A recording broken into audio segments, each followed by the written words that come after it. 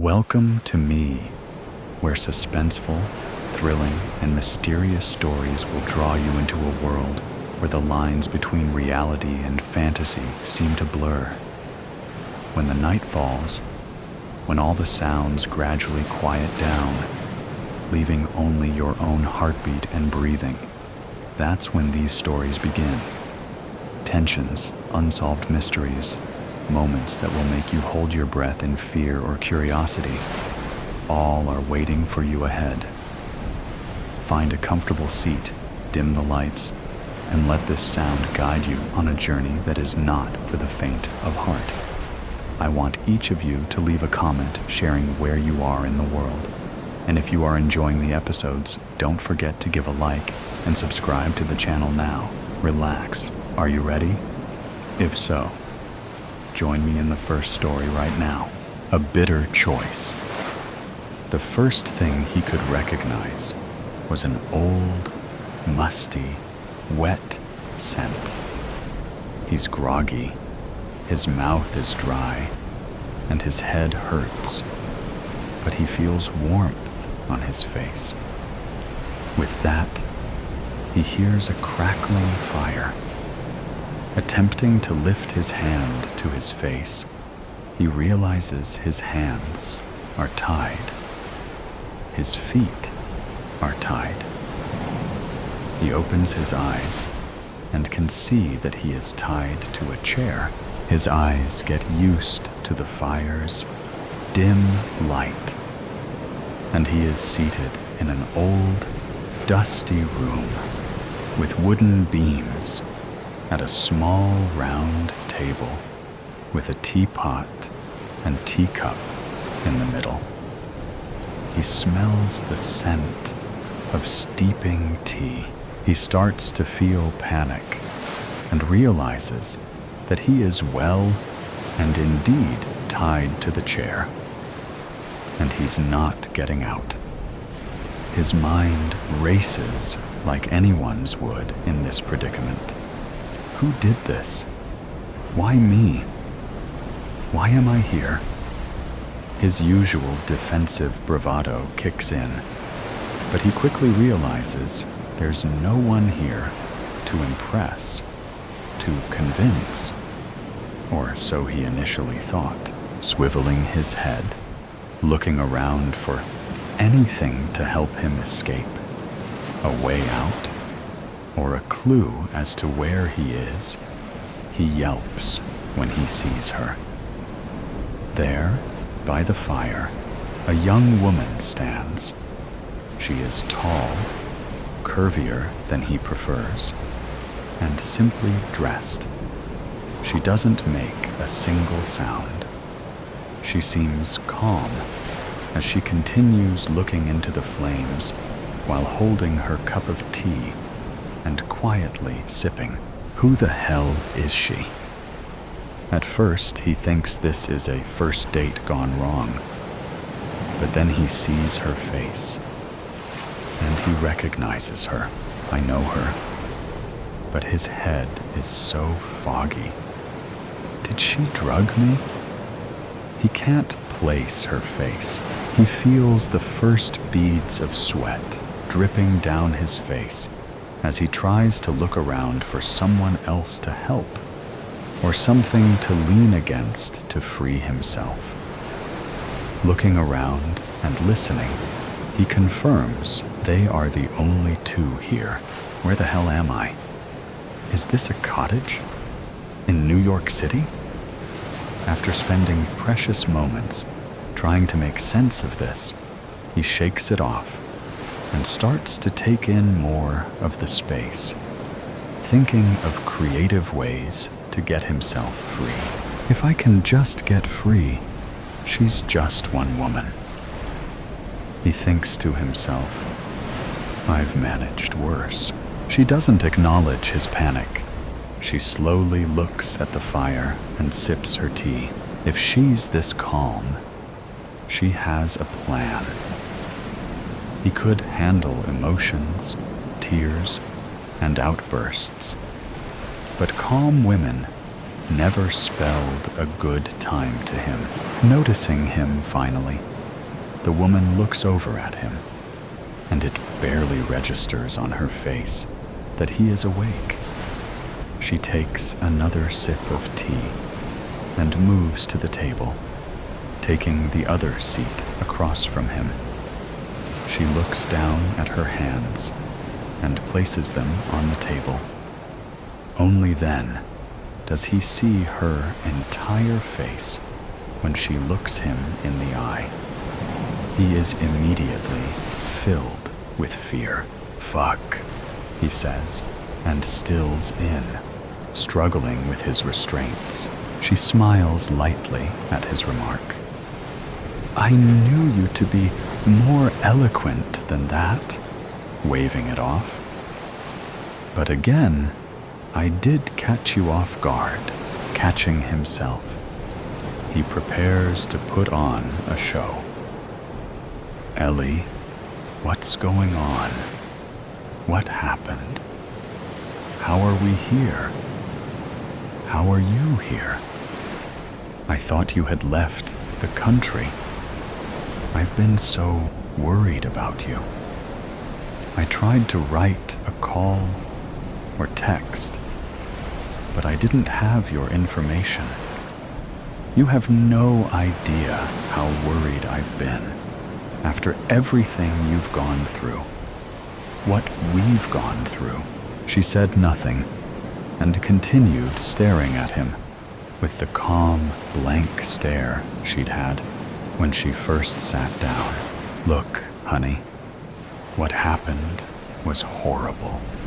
So many terrible losses and accidents. When your brother..." He paused when he heard her quick inhale. Her head whipped to the side like she had been slapped. And when she looked back at him, he saw fury in her eyes. "If this is about the money, I can pay you. But you have no right to do this. To what? Kidnap me? Drug me? What else are you going to do?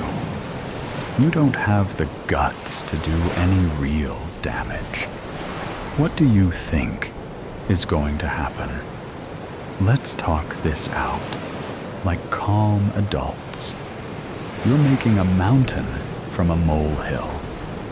Nothing that happened was my fault." He was about to dig into his routine defense that he'd done during police questioning and lawyers listening. But she held up a hand. "Martin, it's not about money. It never was for our family. Though I know that's all you understand. So this may be a tough concept. It's about the truth." She stands slowly, gracefully grabbing the teacup and placing it before him, pausing to take a look at him. The first proper look she's taken of him in 5 years since everything happened. You'd think with all that money, you'd have taken better care of yourself. She moves the tea kettle closer to the cup and settles back in her chair. "I was surprised how big you've gotten. I'm grateful I got the extra rope. Otherwise, you wouldn't be so snug and cozy on that chair," she said, sitting back and putting her hands in her lap. Martin looks at the teacup. It's empty. Then he looks at the tea kettle. He can see steam rising from the spout and smell tea.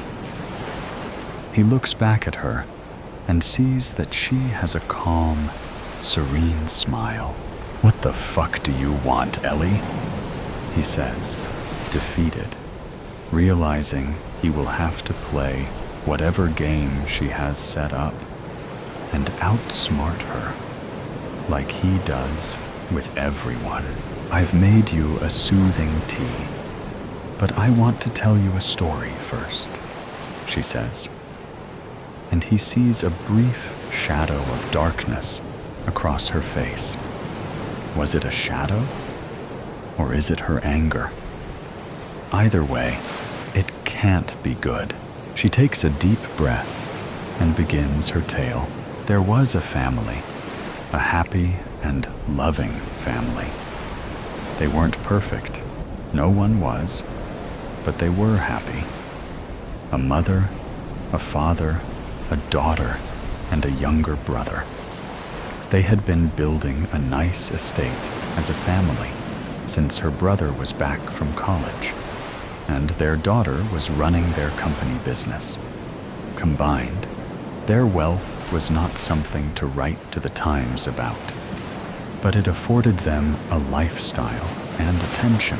They were comfortable, happy, giving much back to their community, and always the first people to help those in need. Reaching back for her own tea, she sipped. Then a man introduced himself. The man saw that their kindness and eagerness to help were things to be preyed upon and taken advantage of. "That's where you come in, Martin," she said, leaning her elbows on the table and putting her head in her hands. He could tell she was comfortable, so he listened, waiting for his time to strike. This charming, crass, but witty man came to this family with an opportunity to do so much good. "You did your homework there, didn't you, Marty?" Knowing my father had been dying to help those less fortunate in other parts of the world, but didn't have the gift or health to travel like he'd like. "So you offered your assistance," she continued. "Look, your father was an adult and made a decision he shouldn't have. It's not my fault he was as gullible as he was fragile in health." Martin interjected, but it didn't move or ruffle her as he hoped. Again, he could deal with outbursts and emotions, but that calm quiet unnerved him. "My father trusted you. He gave you a sum of money the first time. I don't want to know how you substantiated the positive works the money did for those families," she said, leaning back and drumming her fingers on the table. "AI has come a long way these days. It's not my fault he couldn't see the flaws." He tried to add that charm, but failed because he kept looking back at the tea. "Is it poisoned? Is she going to kill me with the teapot? Seems a bit violent for her," he thought. But he'd been surprised by her already. She scoffed at his remark. "You continued to take his money and show these manufactured images and proof of goodwill for 2 years, until he gave you access to our funds without knowing you had cheated him.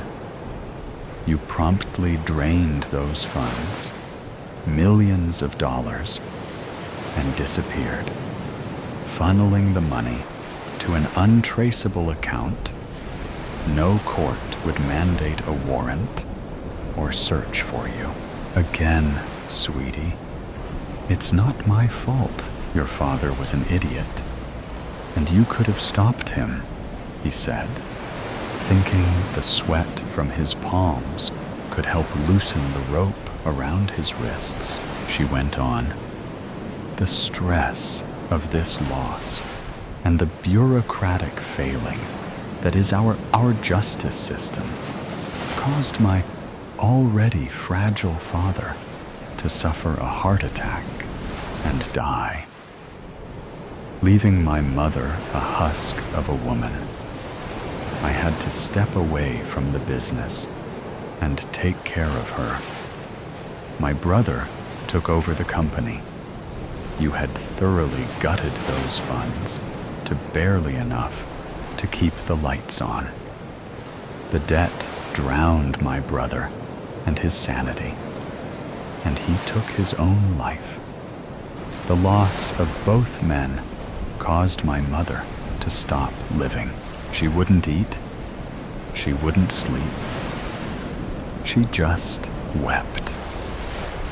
Until one day, she just stopped breathing. The doctors say it was a brain aneurysm. It was heartache. She says with tremendous confidence. She gets up and goes to the fire. He sees her shaking. Is it from the cold or from anger? He continues his slow struggle to free his hand from the ropes, but knows it won't do any good. He just has to wait and see how this plays out. Look, Ellie, I'm sorry this all happened to you. I really did send some money to those charities. He had to, he thought. Otherwise, he wouldn't have been able to get their government-valid invoice for his tax write-offs, which he forged. And everything that happened to your family, you can't blame those freak incidents on me. It just doesn't make sense. And you've always been a sensible woman. Let's just talk like adults, and we can find the reason behind all this. He began preparing more excuses, but he saw that she didn't even react. She took a slow breath while staring into the fire. You ruined us for nothing but greed. He didn't know what to say, so she turned and stared at him. For greed, she whispered. Taking her time, she returned to the table and picked up the teapot. Keeping eye contact with him, she poured the tea into the cup. She placed the teapot back down on the table. Stepping behind him, she stills. In that pregnant pause of silence, horrifying scenarios rush into his mind. Is she going to smash my face against the table? Was it a ploy? Is she going to slit my throat or strangle me?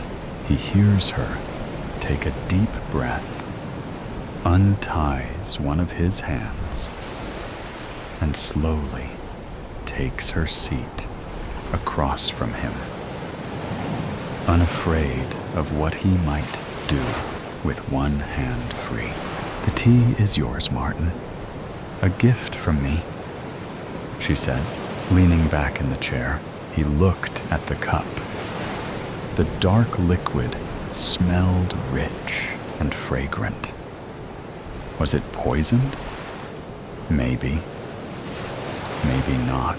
If she wanted to kill him, wouldn't she have done it already? Why wait so long? Why all the dramatics? Was she testing his conscience? Joke's on her. He doesn't think he has one. A twisted act of mercy? Instead of a violent death, he would likely have had from the latest con. He'd definitely turned on the wrong family. That was not his best work. He'd been getting sloppy. So what? He drinks it? If he refuses, will she force him? He stares at the cup. As I said before, this is about trust. It's about faith in kindness, in my kindness. Do you have that faith, Martin? Pausing, she watches his internal struggle. Take a drink, Martin, she says, leaning forward. He could throw it in her face, as a distraction, but it's not hot enough to do any damage, and he still would be stuck in this chair. It wouldn't distract her enough to manage an escape. And if I don't? He asks quietly. She cocked her head to the side and knowingly smiled, confirming that if he didn't, she'd force it. With a deep breath and trembling hand, he lifts the cup to his lips and drinks. He watches her face as the warm, bitter tea slides down his throat. He stares at her as he waits to feel anything. His heart pounds. Is this it? Or is it nerves?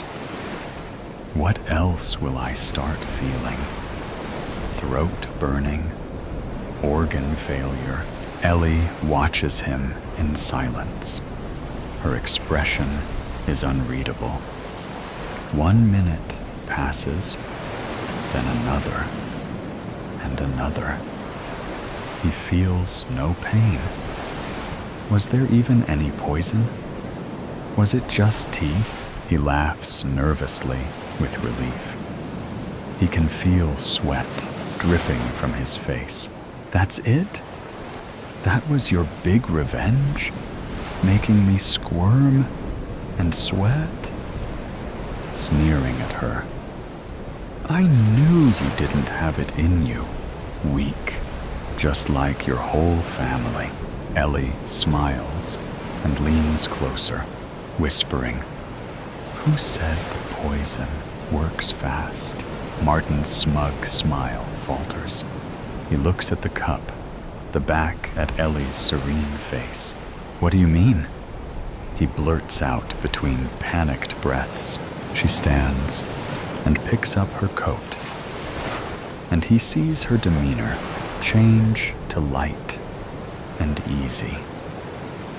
Some things take time, Marty. She pauses and smiles at him. It could be days. It could be weeks. It could be in your sleep. It could be during your favorite meal. And it causes a devastating reaction. It could be tomorrow in a crowded room. You'll just have to wait and see and hope. She tosses a kid's Swiss Army knife on the table and walks out. He stares at the closed door in horror. He's alive, for now. But for how long? The fear will never leave him. With every meal, every sip, every breath, he will wonder if it will his last. Pebble, rain pattered against glass. Burnt beans overtook the scent of fresh bread. Voices overlapped as stories were shared and gossip was spilled. The game played on the TV. We were winning.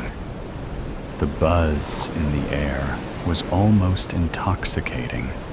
Even the rain couldn't dull it.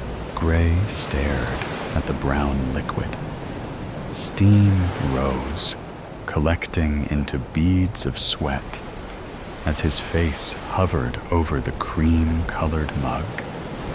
Blonde curls, curtained, flushed skin, and bleeding lips as his teeth pulled at the delicate skin. He was in his own air. The buzz flowed around him. His ears were stuffed with the nectar of the past. It seeped out, dripped down his arm, burned through his skin, revealing scars that were hidden with years of neglect. Nails cracked as he dug into the wooden table. His mind swirled. The nectar was thick, It was creeping through the crevices of his head, consuming thoughts he pushed down and forcing him to face it. Metal filled his mouth as Gray bit down harder on his lips. Pain filled his face, and the sob got stuck in his throat. Taking a deep breath, he picked up the mug and took a sip of the bitter liquid. It stung at his bruised lips, but the taste was welcome. A deep breath led to long sigh, releasing tension as he slumped over the table. Pebble? He clenched his eyes closed as his mind flooded. The bricks of the dam slammed and slammed against the limit of his conscious as the memories flooded over him. Gray scrambled across the sticky ground. He gripped at the blood-soaked hoodie, pulling the small body into his arms. His fingers left trails as he rubbed at the bruised skin, hoping his touch would wake him up. Pebble, come on. What he thought was a yell was nothing more than a cracked whisper. Shaking hands gripped at curls that were just like his, just a bit brighter in color. He just kept repeating himself, holding the one good thing in his world, rocking him back and forth like he had to do to help him fall asleep just a couple years ago. A few feet away, smoke rose from the fifth cigarette lit today. It found its home between cracked lips. Lips that never once said anything that portrayed an ounce of care. Those lips belonged to a woman of dirty beauty. Beautiful blonde curls that have been passed along for generations framed a pretty pale face that was stressed by a chosen sickness. She stared at the scene, the bodies that were her offspring, at least by the doctor's words. But just 'cause the doctor said it doesn't mean she cares for it. The law forces her hand, forces her to obey her parental expectations, but it can't make her look at them with anything but an icy indifference. That indifference made her not care when they cried, when they needed to be held, when they needed someone to praise them, when they won, and support them when they fell.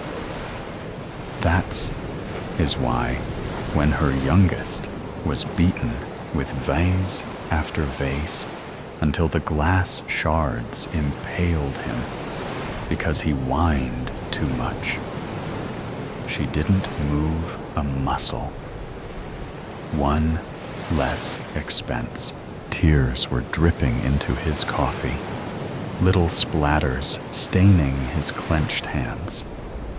He took one and bit on it, holding inside his screams as what happened just a few hours ago replayed.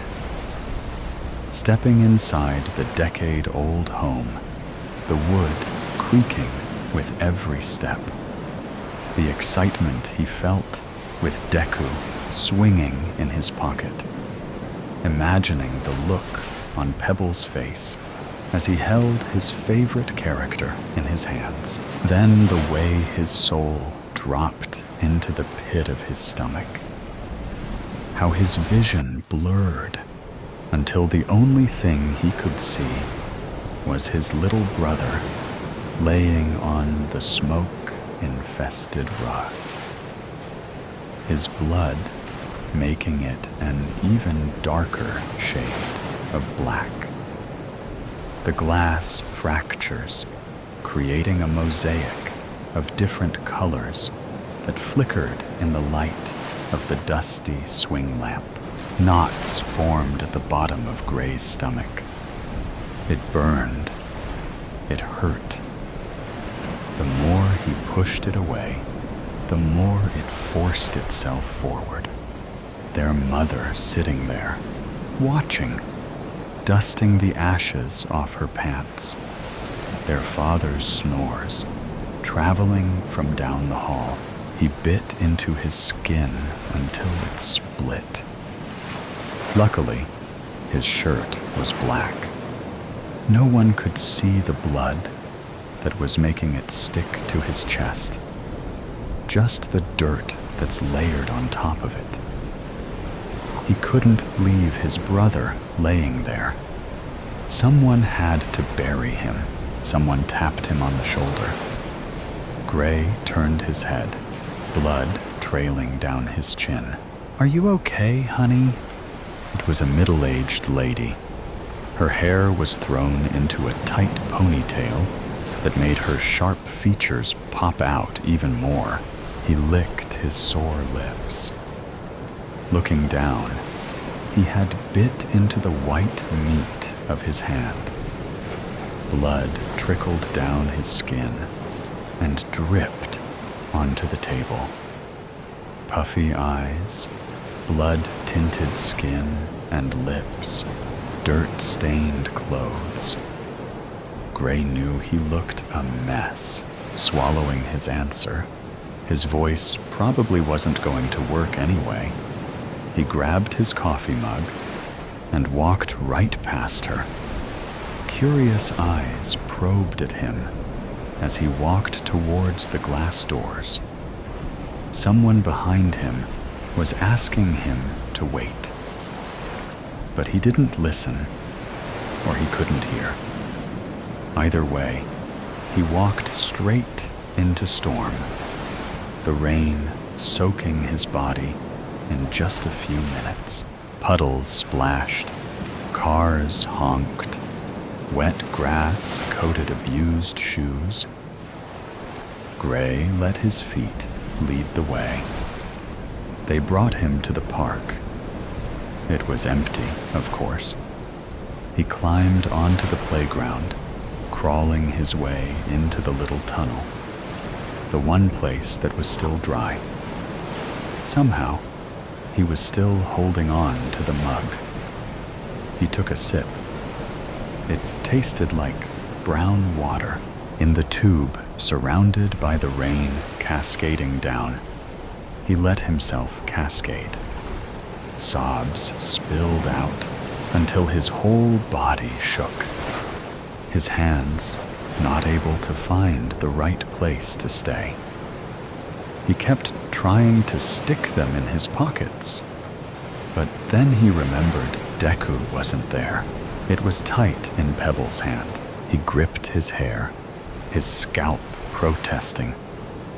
His mother's nonchalant figure, his father's peaceful rest, Pebble's warm body lying there, still.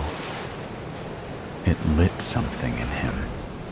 Everything he was holding inside, all that he kept hidden, to keep a smile on his little brother's face, all he dealt with to protect him, everything he never gained that he gave.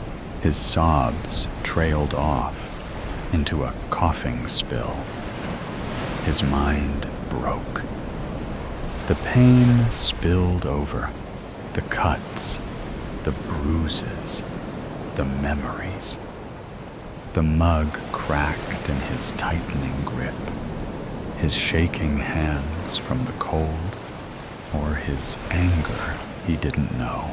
With a crack, the mug spilled into his lap, and a deafening scream spilled from his lips. The force bruising his already sore throat. It filled the tube. The storm swallowed it, taking his pain into its grasp as his vision blurred with red. Toodle-oo! Mayor Autumntail, Arizona, 1875. Painter, the man known throughout town only by his profession, rolls onto his back, letting out a phlegmy cough, skin and bones, with one sad gray eye and the other covered by a patch and sporting a bushy brown beard and the remnants of a rumpled suit. Painter possesses immense talent. He's created numerous portraits and landscapes, as well as the risque painting of Painted Lady Queen Winona that hangs over the Wild Weed Saloon's bar. But he drinks away what money he makes. I'm letting you out so you can enjoy Mayor Ottentail's 3-day birthday celebration, Marshal Cy Kincaid says, a towering, authoritative figure with a deep voice and rugged looks. 35-year-old New Hampshire native Cy is assisted in his duties by his 33-year-old Biloxi-born deputy Van Sickle, whose droopy mustache, short, skinny frame, and lack of education belie his courage. It's bad enough this rat trap town is named after him, Painter says. The only thing that blathering weasel deserves is a birthday cake with a stick of dynamite in it. You're off your mental reservation. For somebody who's only been here a year, you sure formulated a deep dislike for the mayor, Van notes.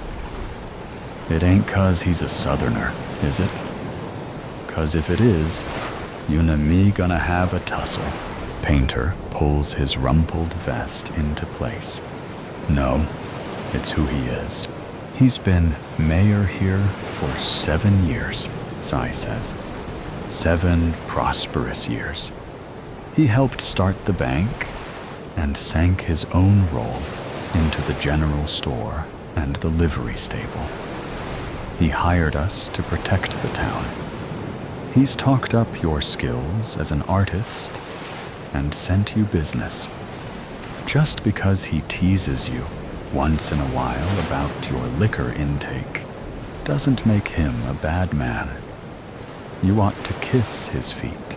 I've got something else he can kiss. Chad, exiting the town hall, Mayor Druce Ottentail surveys the town's crowded streets. Banners are stretched between buildings, saying, "Happy birthday to our beloved mayor," and "Happy 40th, Mayor Ottentail." Salesmen hawking remedies, clowns handing out candy, peddlers selling silks, and stalls offering games of skill line the streets.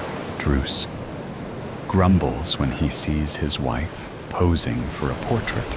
Opal Ottentail is noted for her pale, delicate looks. She is also witty, erudite, knowledgeable, and caring. Qualities missing in Druce, who is viewed as all business, as suggested by his reedy build, stern features, beady eyes, tidy mustache, and refined southern accent. Really? In the street? You're treating the First Lady of Ottentail like a common harlot.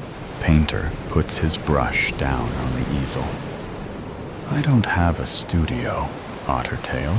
Druce pulls his wife to his side. Well, you need to get one, you disgusting Yankee vagabond. Until you do, stay away from Opal. Who ever heard of a one-eyed painter? And in the future, the name's Ottentail, and you'll address me by my title. Yes, Mayor. Druce's pallid features burn crimson. He takes a threatening step toward Painter, but is pulled back by Cy. Van positions himself between them. I never seen two men who can get each other's goat more than you two. Look around you, Mayor. Look at the banners, the balloons, and the stalls selling cards and buttons with your name and face on them, celebrating your birthday. You don't want to spoil all this by picking a fight with Painter. It's about time my husband was feted, don't you think? Opal beams as Druce pulls her away. Yes, ma'am. Van replies, giving Cy a queer side glance. She just say something about the mayor smelling bad? Van asks. 6 men on horseback trot past. The burly lead rider locks eyes with Cy. That's Jack Aker. I'd say our peaceful celebration just went to seed, Van comments. Cha. Aker and his gang tie their horses up at the Wildweed Saloon. Jack Aker takes a long, scornful look at Cy and Van before joining the rest of the gang inside. Born in Massachusetts, the Aker brothers served in the Union Army during the war. Afterward, they were guards for the Northeastern Railway, until they realized that robbing trains was easier and more profitable than guarding them. Wearing a perpetual frown across his sunburnt features, 44-year-old Jack Aker is crafty and murderous. Unlike his brothers, Jack is educated and prefers swindling to shooting. A ladies' man before the war, 37-year-old Lon Aker is sensitive about the angry red scar that runs from his forehead to his chin. 30-year-old Boston Belly Aker is an imposing 6'6" and unafraid to use his size to get what he wants. Riding with the Akers are their scruffy 17-year-old cousins, Les and Stanley Tremaine, who have fallen in love with the outlaw life. Them hard cases is here for one thing, skullduggery, Van says. 6 again 2. The odds ain't stacked in our favor. Maybe we can reduce them and nip this situation in the bud. That tall dandy in the black duster and the stovepipe hat, that's Cack Bruder. He's wanted for killing a man in Stiffgate that he claimed dealt from the bottom. Let's send him back there. Drawing his gun, Cy confronts Bruder at the faro table. Party's over. You've got a hanging to attend. Yours. The Tremaine brothers brandish Bowie knives. Van swings the shotgun in their direction. Really, children? Behave, boys, Jack says. Belly Aker slowly rises. You gotta go through me to get him. Van points the shotgun at Belly. This'll go through you faster'n spoiled milk. Jack pulls his brother back into his chair. Turn your steam down, Boston. You shouldn't treat visitors who've come here to spend their money and join your celebration like this, Marshall. Is that why you're here, Jack? Cy asks. It's not to rob the bank, steal some strumpet's pay, or gun somebody? No, and maybe. Jack replies, smirking. Well, there's going to be one less of you to do it, Cy replies. Come on, Cack. Bruder raises his hands. You gonna help me out, Jack? We know a Jim Dandy lawyer in Stiffgate, Jack replies. Don't worry, Cack, Lon adds. If we can't free you legally, we'll blast you out as soon as we're through here. But don't worry. Any witness to your shootin' who gets a good look at Belly's gonna forget what he saw. Cy motions Cac toward the door. You're starting out on the wrong foot, Marshall. I was about to say the same thing, Jack. Lon turns to Jack as Cac is led away. We just lost our best shooter. That doesn't change what we came here to do. Van picks at his teeth with a toothpick. That was what you call a gourmet lunch. We ought to do that more often. As often as my wallet can take, Deputy. Tilting his head, Van asks, "What in tarnation is that noise? Sounds like a drum beat." "But the parade's not till later," Cy answers. The pair follow the sound, which leads them to the town hall. Painter is marching back and forth in front of the building, banging on an old drum. Druce exits the building, shaking his fist at Painter. He rushes to the lawman's side. "Arrest him!" Cy scratches his head. For what? Bad rhythm? Disturbing the peace. He's a menace. Since when did a drum become a dangerous weapon? Van questions. Just tell him to vamoose. I'm trying to close a deal to bring the railroad here, but he's ruining my chance. You mean our chance, right, Mayor? Cy asks. Do your job, or you'll be looking for another one. Druce huffs, retreating inside. Van whistles. Guess some folks is still fighting the war. Later that afternoon, Painter is plying his craft outside the Wild Weed Saloon. Try not to squirm, Pearl, Painter says to his subject. Why? This ain't no photograph. Painter looks at Pearl, then back at his painting, hoping the tough cook will be happy to see herself without the pockmarks and missing teeth that mar her coarse appearance. Passing by, Druce glances at the portrait, muttering, ugly as a mud fence. You say something, Your Majesty? Pearl asks, making a fist. Just how lovely you look. I can't believe they's holding a celebration for you, you four-flusher, Pearl says. Sounds like she knows you well. Painter comments. Several townspeople gather around the portrait to gawk at it as Pearl raises her voice. My husband, Maitland, rest his soul, fought off the Apaches to help bring this town into being. He don't get no parade, no fireworks, no banners. All you done, Druce, is claim his accomplishments for your own, while keeping your hand in the town's treasury till. The spectators glare at Druce, who smiles sheepishly. Jack and Lon join the crowd, throwing their arms around Druce. Howdy, Mayor, Jack says, smirking. Yeah, remember us? Lon asks, running his finger down his scar. Druce breaks away from them, bumping into Cy. These scallywags are causing trouble, he gasps. We're just two slightly lubricated visitors, admiring the work of an artiste, Lon comments. Druce backs further away, his unblinking stare still riveted on the acres. You know those two yahoos? Cy asks.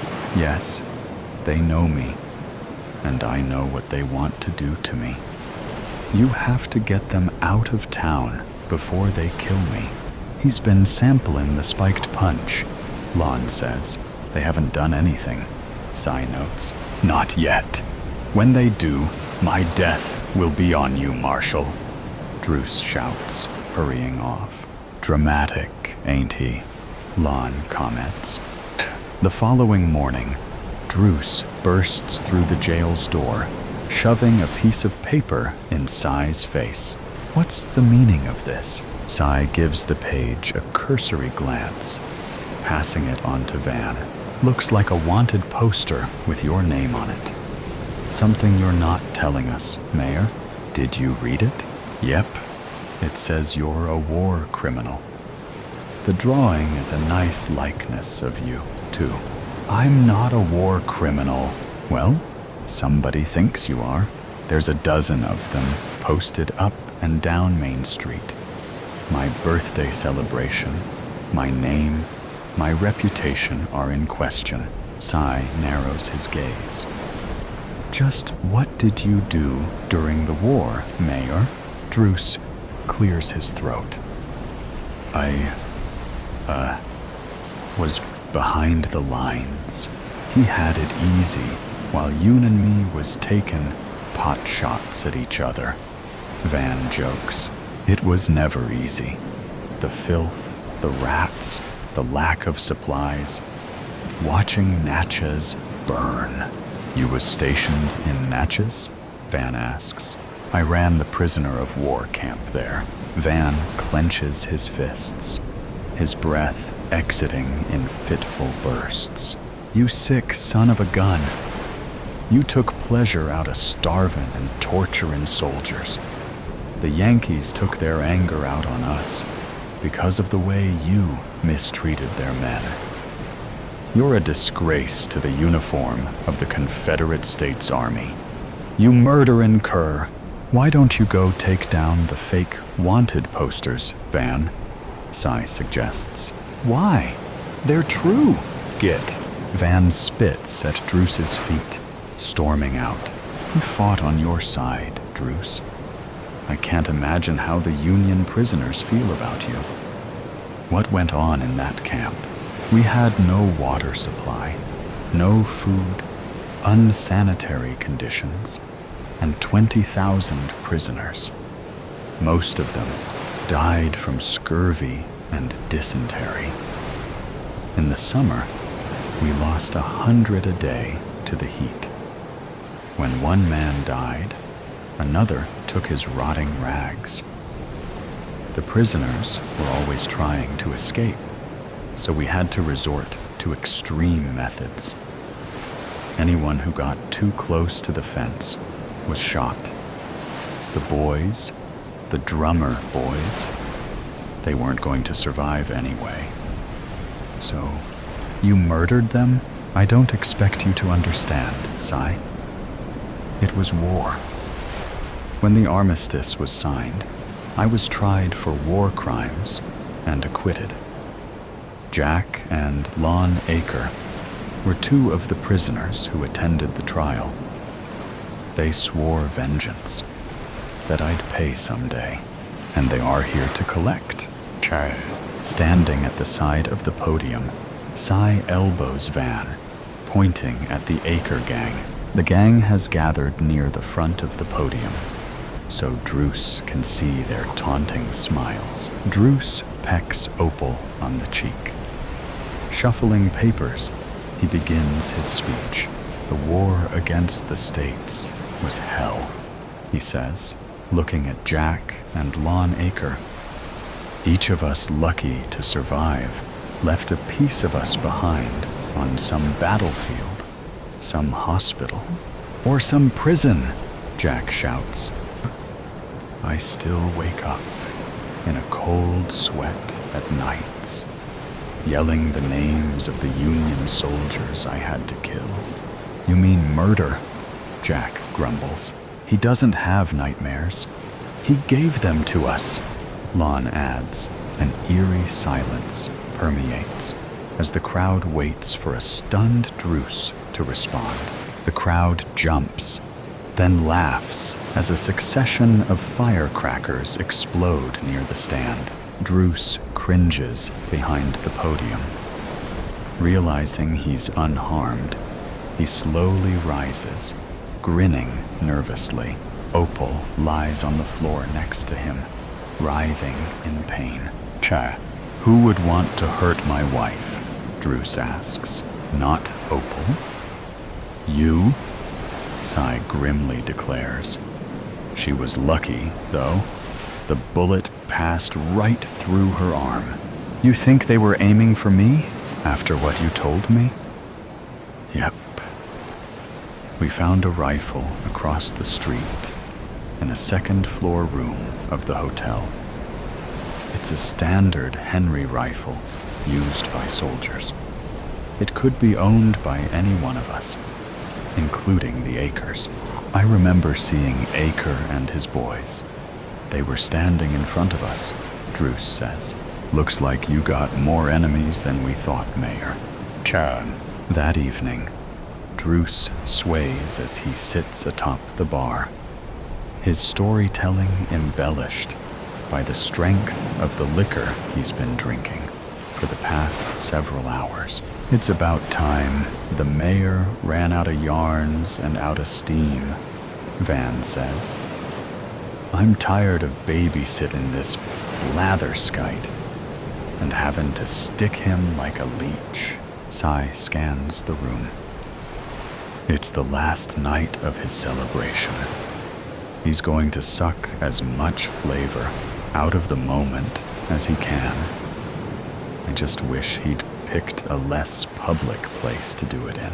And we had those blue bellies trapped in the valley. It was a turkey shoot.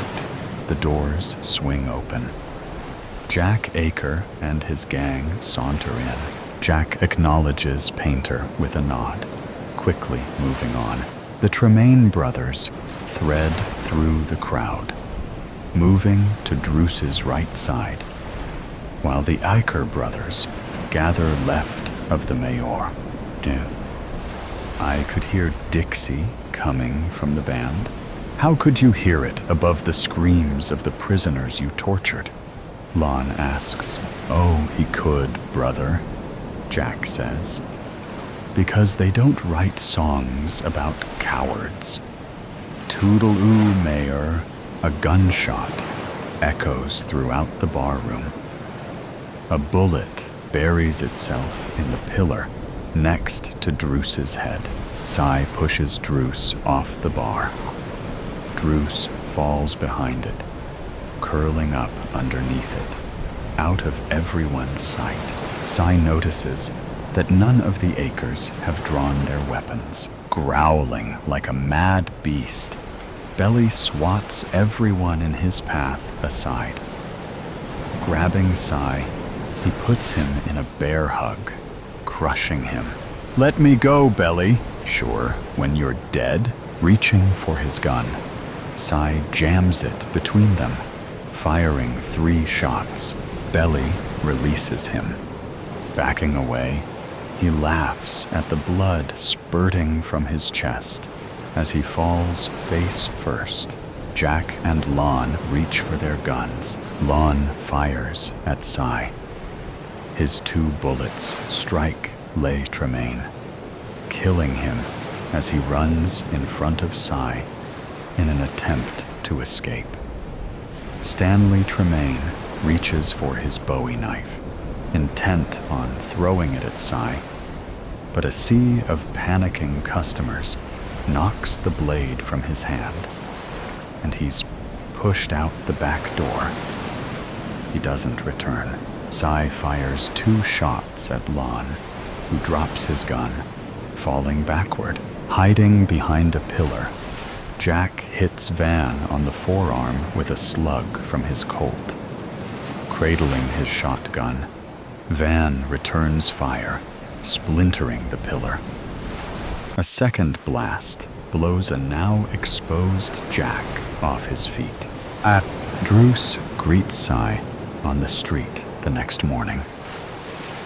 They watch a crew of men pulling down banners and sweeping up the celebration's confetti. How's Aker? Gut shot and about ready to join his brothers in the mortuary. I'm going to Doc's office to see him now. I hate to owe a Yankee, but thank you, Marshal.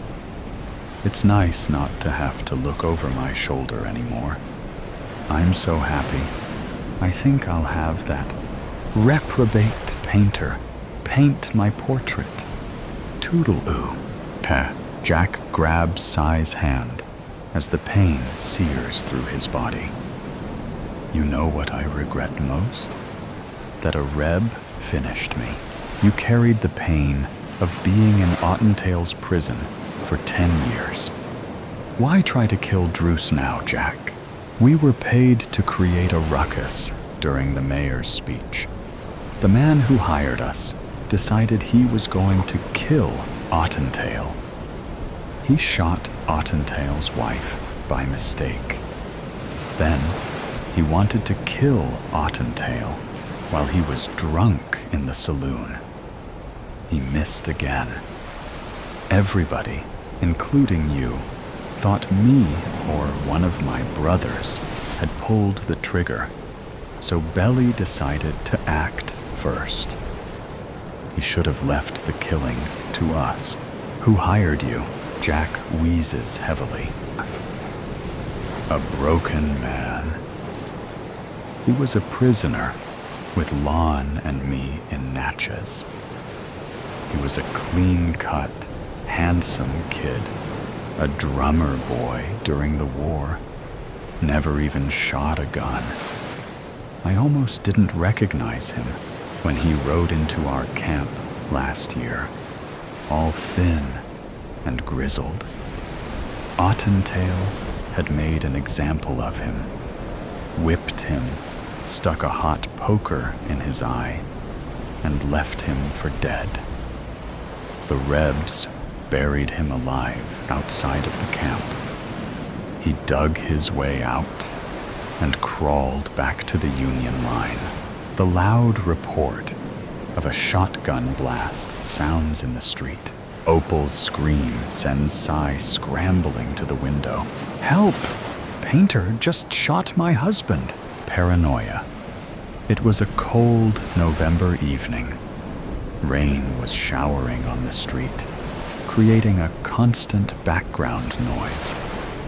People ran from cover to cover, and residents of the building gathered near the window, admiring the incredible scenery outside. Except for Carl. Carl spent what seemed like an eternity examining his mug. His favorite mug, the mug he had for several years. Yet there was something strange with it. Using something for a long time, you remember small things about it. Little cracks, stains, tiny pieces of something edible that was stuck near the handle. It was there, but something was wrong. Just like if someone bought a brand new mug and, "Hey, Carl, are you all right?" Jesus Christ. Carl got frightened and turned around, convulsively trying to control his hands and not to break anything. The mysterious voice belonged to his friend, Conrad, who stood in his kitchen with an anxious expression and a bottle of wine. Yes, I'm all right. It's just... Wait. How did you get into my apartment? You gave me the spare keys, remember? Conrad put the bottle on a table and proceeded with the conversation. Are you sure you are all right? You look really concerned about something. I mean, people in your profession always look concerned, but today, it's a bit too much. What's going on? Yeah, no, it's nothing serious. Carl got 2 wine glasses in the kitchen and proceeded to sit at the table while trying to express his concerns. It's just my mug. It doesn't look right. Your mug? Conrad was visibly surprised. The one you have from college? The only thing that's not right about it is that I remember you holding your mug more than holding your ex-wife. I mean, that's why we got divorced. Carl laughed. Not because of the mug, obviously, but you get the point. Carl realized he had forgotten about a wine opener and went to the kitchen to get it. while continuing his speech. The point is, it's not like it should be. It's hard to explain. Something is not right. Maybe it's a little cleaner than usual, but something else is off too. That happens to mugs when they get cleaned, Conrad said, trying to play it as a joke, but looking really concerned. Are you saying what I think you are saying? The room was silent for a moment. Carl was deep into his thoughts and unsure if he wanted to discuss it. But there is no better person to share his fears than Conrad. I mean, Carl began hesitantly, you know the country we live in, with all the secret police and repressions and all this stuff. What if they are spying on me? You are right about a country we live in. Conrad ate an olive and continued. And you know much better than I do about all the people that fell into paranoia and lost themselves in madness. No one was watching them. And no one is watching you, Carl. You just forgot that you washed the mug. Don't do this to yourself. Yeah, I guess you are right. I'm seriously, Carl. Don't do this to yourself. This country already lost too many good men to paranoia. We cannot lose you too. You are right. And I really mean it. Carl and Conrad smiled at each other and started the dinner. While you age, you tend to lose your friends. Not because something is wrong with you or with them, at least mostly, but because life drives you apart. You begin to work. They begin to work. You start a family. They start a family. Suddenly, you don't see each other anymore. You hardly know what is happening in each other's lives. And all your conversations are mostly wishing each other a Merry Christmas. That was not the case for Carl and Conrad. They were there for each other for as long as they can remember. They finished school together, lived together through college, and helped each other in all ways possible. Conrad was there when Carl got married and divorced. Even when they started to drift apart, they made a deal to gather every 2 weeks to drink some wine and catch up on what was going on in their lives. Carl knew he could trust Conrad and didn't lie when he said he would abandon all that spy paranoia. At least, he thought that. Soon after Conrad left, Carl poured himself some tea in the mug, the one that almost drove him crazy, went to his cabinet, and opened some documents he was working on. He opened a file, took a sip of tea, and wanted to start the work, but he still hesitated. He could not stop staring at the mug. Obviously, Conrad was right. The mug was the same as always. But Carl could not stop thinking that someone bought a new mug and tried to recreate the original one with cracks and stains. Was it paranoia? Certainly. But Carl knew one thing. He must do something to find out, or his mind will never be at peace again. That night, Carl put away his documents, finished the tea, and went to sleep. The following day, he bought a camera and hid it in the cabinet. If someone was there spying on him, they would return to the apartment. Days passed, and Carl sat in his cabinet each evening and watched videotapes from his camera. Nothing. Day after day, week after week. He did not tell Conrad anything about it, so as to not disappoint his friend. He knew that it was not healthy to do something like that to yourself, but he couldn't stop. He promised to monitor it for a month or a month and a half, and then stop. It was almost the deadline, if not counting the ones Carl already moved to later. He understood that he slowly lost control over his paranoia, and knew that it must come to an end. One more time. That's it.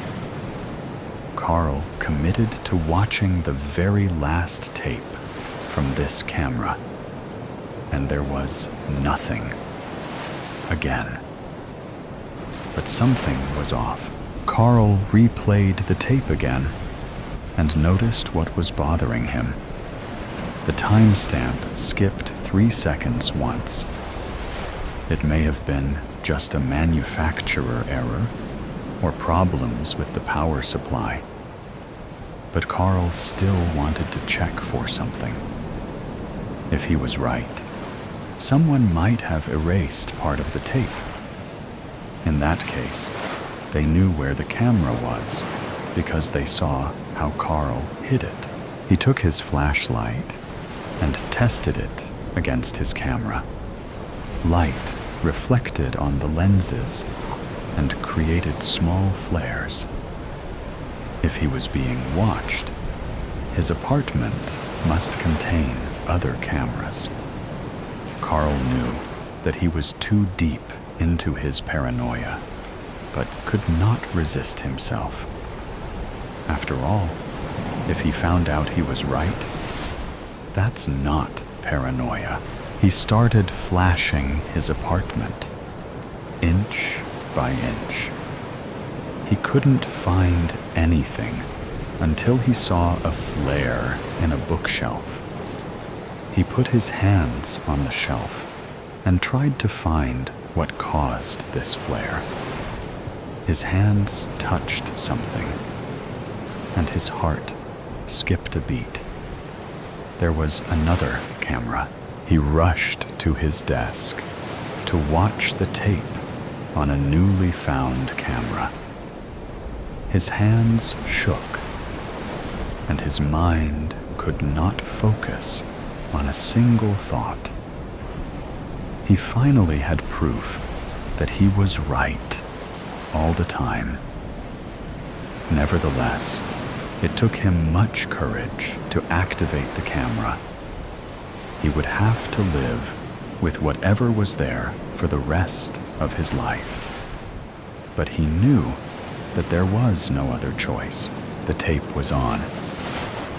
Carl first noticed a person changing the SD card on a camera. It seemed like a regular procedure, and Carl could not wait to see who this man was. A second later, the villain revealed his face.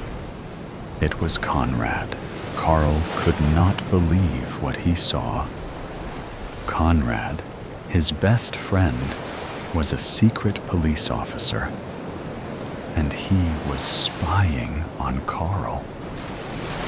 The tape went on as Conrad took Carl's camera and started editing it.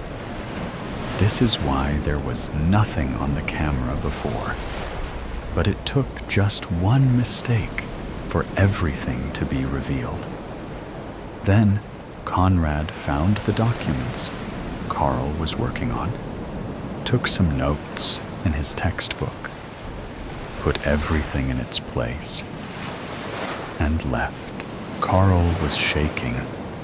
He could not breathe normally and started crying. Conrad, out of everyone, Conrad, his best friend, the only person he could trust.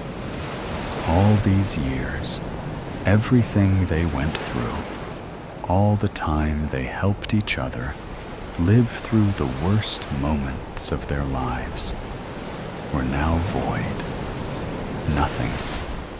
Just a lie. Carl was heartbroken. He didn't know what to do, and wasn't even sure if he wanted to live anymore. He felt like all his life had been a giant lie. No, it's not how it should end. One thing that jerk was right about is that this country could not lose Carl, too. It was hard and tough, but he had to do something right now. First, Carl scouted the house to find more cameras. There was one in the bedroom and one in the living room. Now, it's time for action. Two can play this game, and Conrad just lost a huge advantage. Now Carl knows he is being watched. First, Carl edited the footage from the found cameras. Now he knew exactly where they were and how to hide what should not be found. He didn't want to look too suspicious, though. Sometimes he left some clues, usually useless, so that he would not be detected. As for Conrad, Carl made sure he did not suspect anything. As hard as it was, the two continued their tradition of gathering every 2 weeks. Carl had to put all his willpower to use to not punch his friend in the face. Sometimes he skipped the wine party for made-up reasons, but always edited the videotapes accordingly. One evening, when they sat at the table, Carl said the one thing he had planned for a long time. "Hey, Conrad, I want to show you something I was working on. Just promise to keep the secret, all right? It might cause big problems if anybody knows, except for us." A rose-scented Santa Claus. Mrs. Claus doesn't bake cookies. She doesn't prepare any dessert at all, for that matter. Her husband eats enough cookies to last him 1 year on his journey around the globe. Instead, she cracks 5 eggs, 3 for him, 2 for her, spreads butter on toast, tosses a bowl of fruit for them to share, and prepares her husband's favorite, a mug of coffee with frothed reindeer milk and candy cane crumbles on top. It always gives him a nice boost before the annual Christmas soiree, which is hosted by the elves, forever adorers, kiss-asses, another might say, of the man in the red suit. This cup of joe will definitely give him a kick. The clock reads 5:35 a.m. He should be arriving soon, no later than 6, she hopes. If he's on time, their Christmas tradition can go on as usual. In the first 25 years of their marriage, she'd hear the reindeer and their jingling bells land on their cottage's immense sleighway at 6 on the dot. For the last 8 years, he was always 10, 20, even 30 minutes late. "Old age," explained the elder elf through the years. She scoffed openly at his comment. 65 was not that old. Last year, Mr. Claus arrived an hour late due to a highly rare reindeer injury. Plight, the Rudolph of the group. There were others with noses to guide the way, but Rudolph was the original, had broken a leg. Before he landed, Mrs. Claus was so distraught by her husband's recurring tardiness that she'd thrown the entire breakfast in the trash and dumped the coffee in the sink. 5:45 now. She should soon be hearing Santa's ho ho ho as he slows his sleigh in the sky. She doesn't. But her anger is now water underneath a frozen layer of cool indifference. She grabs the coffee pot and pours 2 cups now, prepares his, then lays it on the pine tree-shaped coaster. 5:50. 6:00. 6:01. She waits at the table. At 6:25, Santa Claus lands. From inside, she hears the elves cheering, clapping, celebrating. No doubt they're all wearing their best elf suits, midnight black and made of pure wool, ready for the party that starts in 45 minutes. Mrs. Claus stopped going out to greet her husband 3 years ago. Old age and whatnot, she told the elder elf with a stiff, sweet smile, whose reply was merely an awkward smile and hesitant nod. Mrs. Claus waits at the circular wooden table on the chair that faces the door of their small cottage. Just a minute later, better to walk past those elves, lest they talk your ear off. The door opens, and in walks the man of the hour. Noel, known to her and some close friends, smiles. She knows what he's going to say next, because it's the same thing he says every year. Mrs. Claus deepens and roughens her voice to imitate her husband as he says, "I can't wait to shave this damn thing off."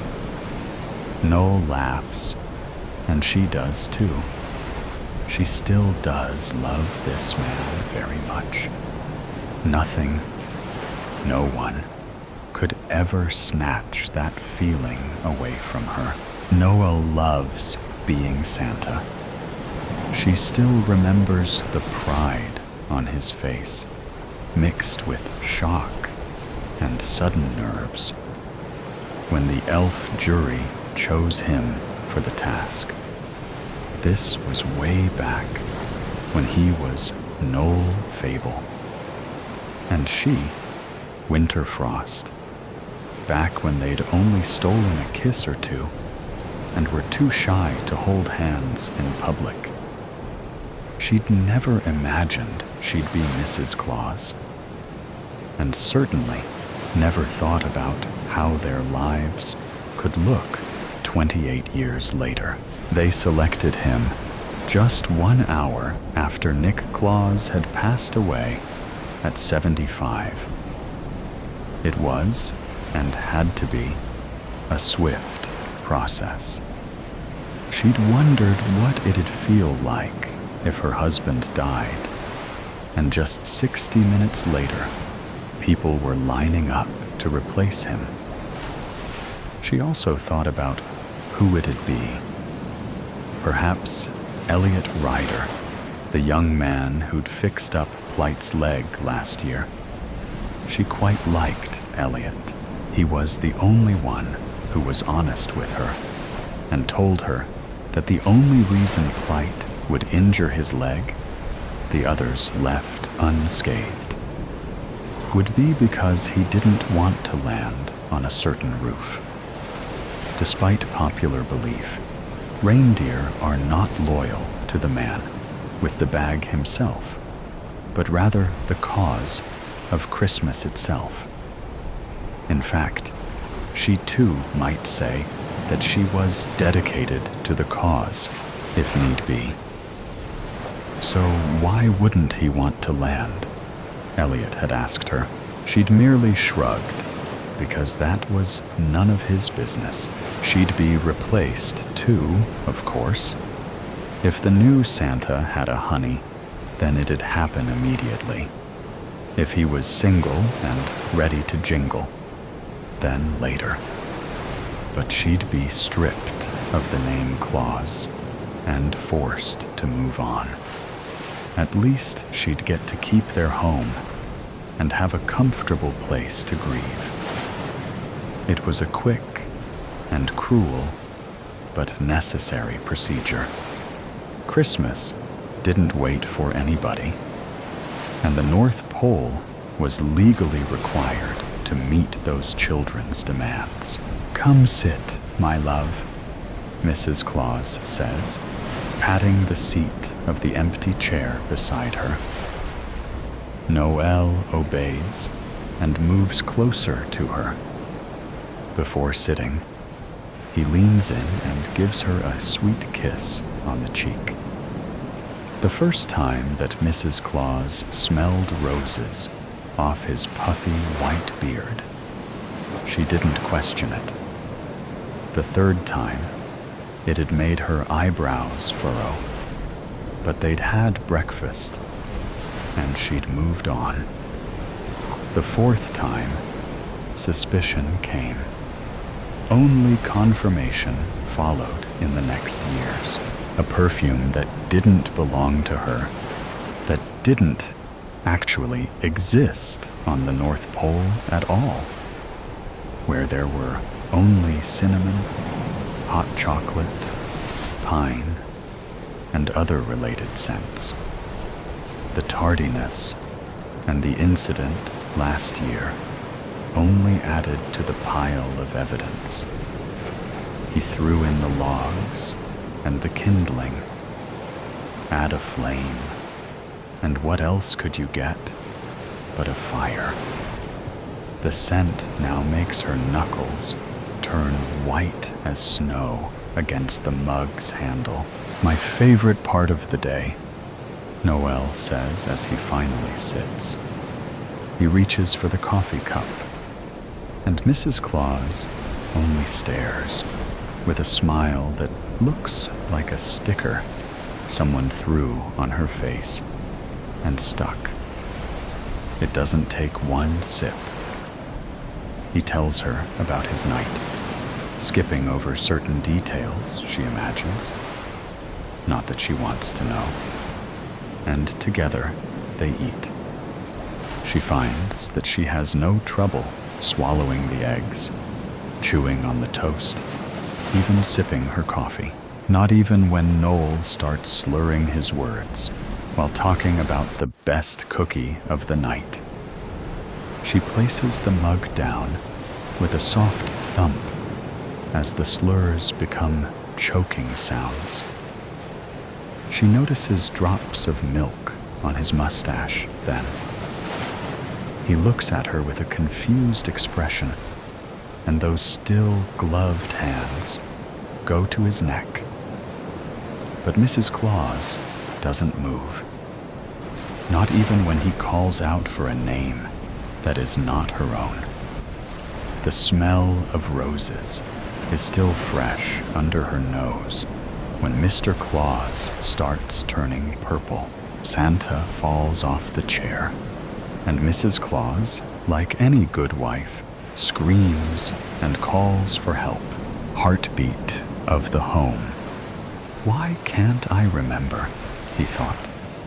His mind would only reveal flashes of the afternoon's events.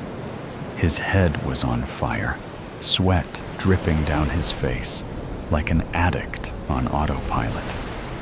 Grant Liscombe burst through the front door, avoiding his mother in the kitchen. Like a spider returning to its web, his lanky teenage legs scurried up the wooden stairs of the old farmhouse to his bedroom. His arms flailed with uncontrollable fear as he yanked the dirt-covered shirt over his head, discarded it on the floor, then bounded to the bathroom, slamming the door. "What have I done? What have I done?" he muttered, lathering the perfumed soap through his fingers, frantic to wash the guilt from his newly calloused hands, watching the streaks of dirt dance and swirl down the rusty drain. His mind was confused by broken images of helping to clean the gutters, the ladder falling. Or was it pushed?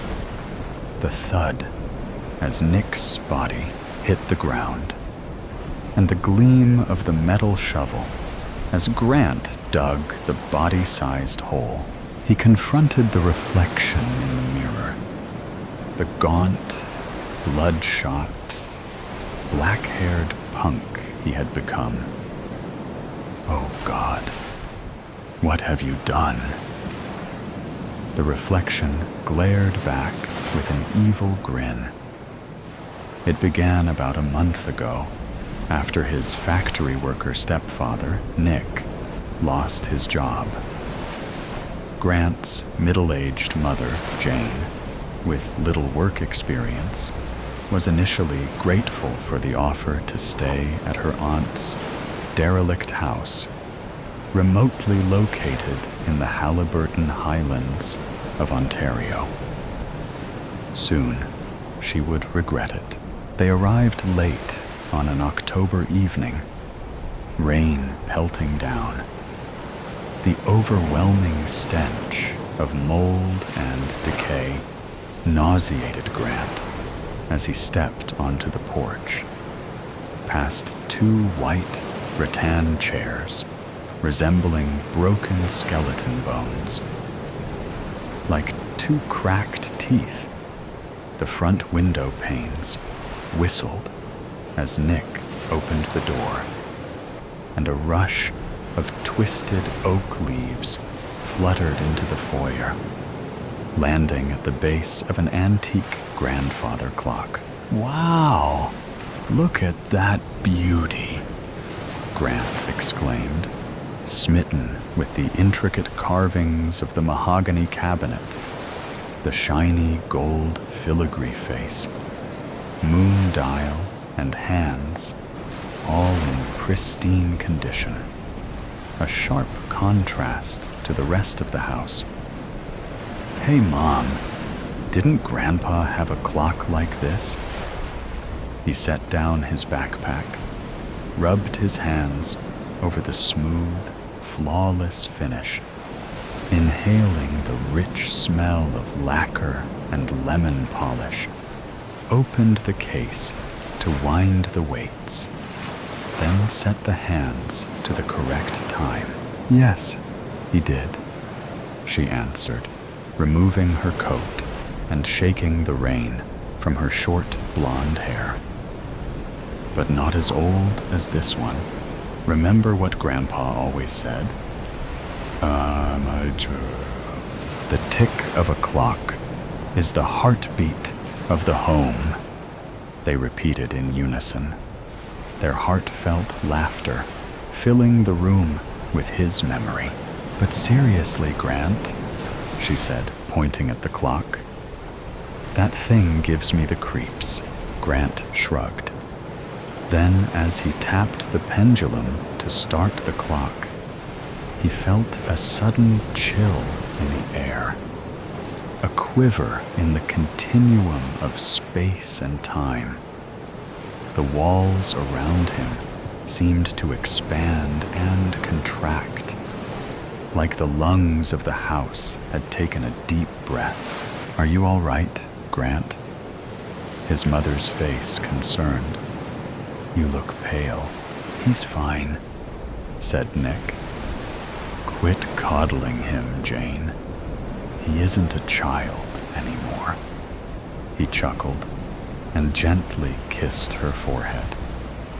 "I'll finish bringing in the rest of the stuff." Grant sensed something was terribly wrong. Something had taken control of his body. His mind shouted with fear as his consciousness slipped deeper into an abyss, and a different, cunning voice answered, "I'm okay, Mom." After the family had settled in for the night, the clock softly chimed the midnight hour, and its demon contemplated setting its evil plans in motion. Returning to his room, Grant changed into clean clothes and put on some loud, heavy metal music. He suspected his mother was having issues with his new identity. He began rifling through his closet, not sure what he was looking for. Then, at last, he found it: the metal slugger baseball bat. As he held the handle, he confirmed that Mother was next. "Grant," his mother called from the kitchen, aroma of roast beef wafting up the stairs. "Are you guys done outside? Dinner's almost ready." The stairs creaked with warning as he descended each step.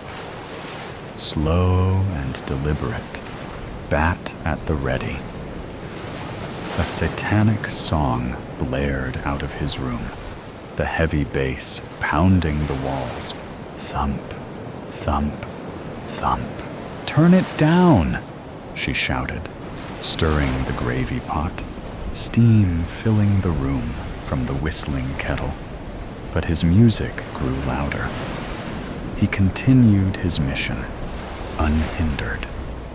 From deep inside, Grant could feel the raw hatred of the demon inhabiting his body, its cruel intention, but was powerless to intervene. Suddenly, like a beacon of light through the darkness, he heard a familiar voice. "Remember the heartbeat of the home." It was Grandpa. "Grant," the voice said, "kill the heartbeat." Jane Liscombe turned off the stove and stormed out of the kitchen, down the hall, stopping at the grandfather clock at the base of the stairwell. "I said, turn it." Stopping mid-sentence, she screamed and jumped back, just as the bat came crashing down, barely missing its target. Grant gripped tighter, then swung again, this time hitting a home run as the bat smashed the glass of the grandfather clock, dislodging the pendulum and sending it flying across the room. The chimes clanged noisily in pain as he swung again and again until the battered clock showed no signs of life. Grant's grandfather's undying love had helped him overcome the demon within him and return to H.'s former self. "Mom, are you okay?" he asked, reaching out to hold her, just as Nick came limping through the front door, rubbing his head. "Nick, you're alive!" Grant shouted in surprise and relief, running to hug him. "Nick, are you all right?" "What happened?" Jane asked, still badly shaken. "I thought he was holding the ladder," he said angrily. "Must have fallen and knocked myself out." He looked around in disbelief at the shards of glass and pieces of wood scattered on the floor. "What the hell happened here?" "I'll explain in the car. We've got to leave. Now," Grant exclaimed as he helped Nick and his mother out of the house. They drove to the nearest motel, never to return. 2 years later, a young couple turned the key in the tarnished brass lock of their newly rented farmhouse in the Halliburton Hills. And as the warm sunlight shone into the foyer, a spectacular sight was revealed. A beautiful mahogany grandfather clock. Thursday night, rain pattered on the roof of Grandma's house as Christine settled in after Thanksgiving dinner. She sat on the plush carpet and started playing solitaire on the coffee table. Mom was hollering at the football game, but Christine was doing her best to tune that out. Grandma was in the kitchen, finishing the dishes. Dinner itself had been the usual stuff: turkey, mashed potatoes, stuffing, green beans. It was a nicer, heartier meal than Christine usually ate. Now she was pleasantly full, enjoying her cards and the relative peace and quiet. Why are the Lions attempting a field goal? Mom roared, jumping up. She bumped the coffee table and fell back onto the couch. The game went to commercial. Oh, Christine sighed heavily, picking up her fallen cards. "Sorry, kid," her mother said, rubbing her sore knee. "You know how it is." Christine nodded. It was always like this with football and true crime for some reason. She was glad it was only Mom here being noisy instead of the whole family. Grandma stepped into the living room, wiping her hands off on a towel. She hung it on the back of one of the wooden chairs at the little dining table on the opposite side of the room from Christine and Mom. "I wish you'd let us help you," Mom said. "Dishes would have been done a lot sooner." No, Grandma said. "After being away for so long, I almost missed doing my own dishes. Besides, there weren't that many." "I tried to get the older kids to come," Mom said. The game was back on, so her eyes were on the TV as she spoke. But they had other plans. In-laws, I guess. And you know how Dad is.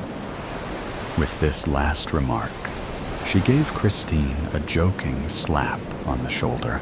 Christine was glad her father and siblings weren't there. When they all got together, they talked too loud, and it would get too hot, and they would pick on and embarrass her. No, she much preferred this little get-together. "I keep telling you it's fine," Grandma said. She sat on the opposite end of the couch so that Christine was between them. She smiled at Christine. "It's kind of neat that we have 3 generations here." Christine nodded, smiling. "Touchdown!" Mom yelled and jumped up again, narrowly avoiding the coffee table this time. Thud. "Oh, for the love of..." Grandma cut herself off.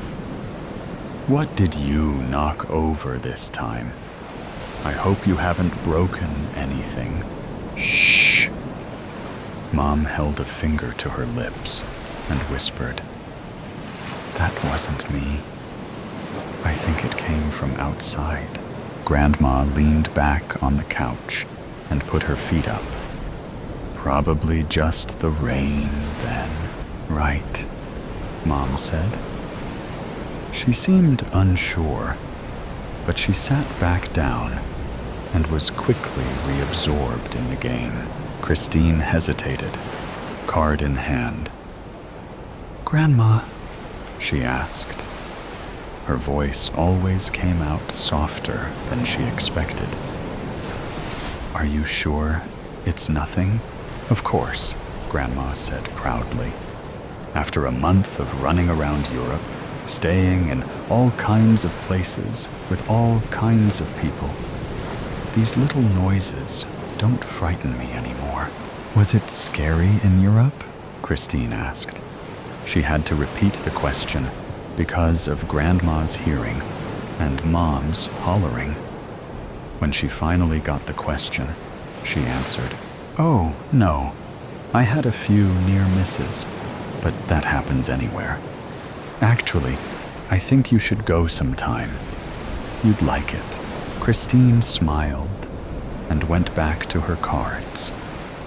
She had only placed 2 cards down when she heard another noise. Crash. Her head whirled toward the sound. She noticed Mom and Grandma do the same. Mom muted the TV and looked back at them. "You heard that too?" she asked in a hush. Grandma nodded. Mom patted her pockets. "Ugh, must have left my phone in the car," she said. She looked at Grandma. "Where's yours?" "My cell phone?" asked Grandma. "You know I can't keep track of that thing." Mom looked to Christine. Christine slid her phone out of her pocket and held up the black screen. "Why do you think I'm playing solitaire?" Mom dragged her hands down her face. "Oh, don't be so dramatic," Grandma said. "It's probably nothing. I'll go take a look." "No," Mom said.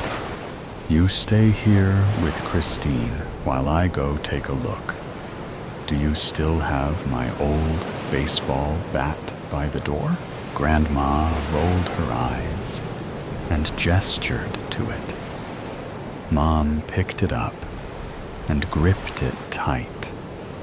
She tossed on her raincoat and bolted the door. "You two stay here. I'll have a look around the back. Be careful," Christine said. Mom laughed and ruffled her hair. "I will." She kissed Christine on the top of her head and went through the kitchen and out the back door. It was silent as they waited, listening. "The house isn't that big," Christine said, wringing her hands. "How long could it take to look around?" Grandma wrapped Christine up in her arms. "Your mom's just being dramatic, dear," she said. "She'll probably go out and search the whole woods before she's satisfied. What if there's something out there, like a bear, or a vampire, or a maniac with an axe?" Christine cried into Grandma's shoulder. Grandma shook her head. "Christine, where on earth would you get ideas like that?" Christine pushed Grandma away and plopped down onto the couch. "I know it's ridiculous. I'm just worried about Mom." After a pause, she added, "And you know the only thing she loves more than football is true crime. I was practically raised by Keith Morrison." Christine and Grandma looked at each other, confirming to each other that they had both heard it. An unearthly groaning. It sounded close. Christine shot up from the couch. "Something's happened to Mom. I just know it." Grandma grabbed her arm. "Don't be rash, dear." Christine suddenly wished the rest of her family were here. No wild animal or axe murderer would attack such a large party. She wasn't sure if the same could be said for supernatural creatures, but maybe her sisters or brothers or father would know what to do about them. Christine tugged her arm free from Grandma's grip. "I'm going after her. You can come with me if you want." What were we thinking? Splitting up like this? That's how they always get you in horror movies. Christine pulled on her raincoat, flipped up the hood, and flung open the door. Lightning cracked. On the porch, a figure was silhouetted against the storm, carrying Mom, unconscious in its arms. Grandma cried out and rushed forward. Rain instantly soaked her to the bone. Christine ran out after her to help. "Wait," the stranger said. It was a man. "Stop! Give me back my daughter!" Grandma shouted. She and Christine kept pulling on his arms, trying to free Mom from his clutches. "Dorothy!"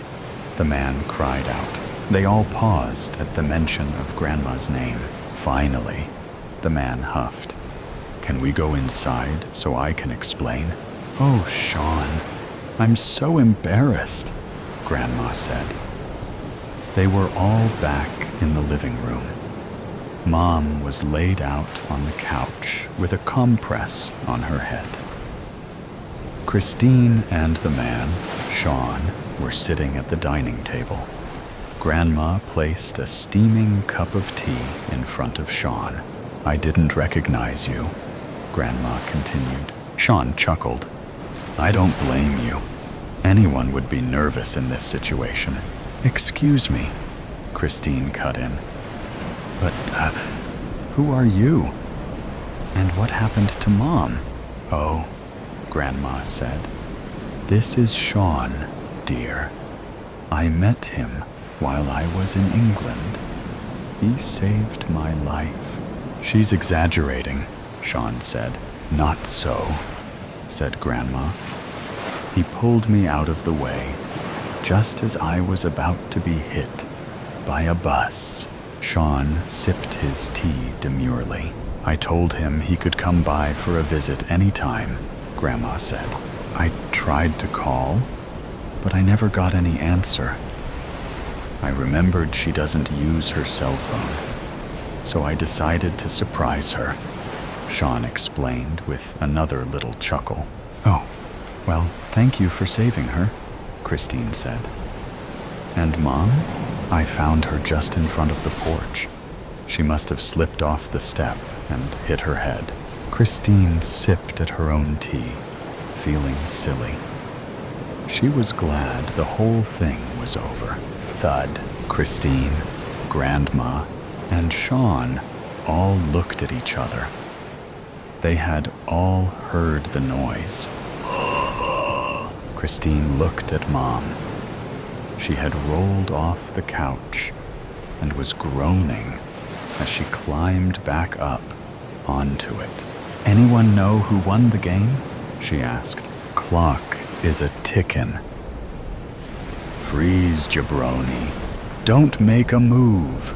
Carl almost burst out laughing until he turned around and saw the camouflage gear-festooned, rodent-faced man pointing what could only be a large-caliber handgun directly at him. "I told you don't make a move. Now turn around and put your hands behind your back," shrilled the man with the gun. Carl, a tall, thin, balding man with blue eyes, was no longer in a laughing mood. In fact, a sense of ice-cold terror was trickling down his spine. He'd never had a gun pointed at him before. Teetering on the edge of panic, Carl asked the armed man, "Just to be clear, do you want me to freeze and remain still, or turn around and place my arms behind my—" "Shut up, jabroni! Just do what you're told, and nobody gets hurt," barked the gunman. But Carl saw a cloud of confusion pass over the man's rat-like face.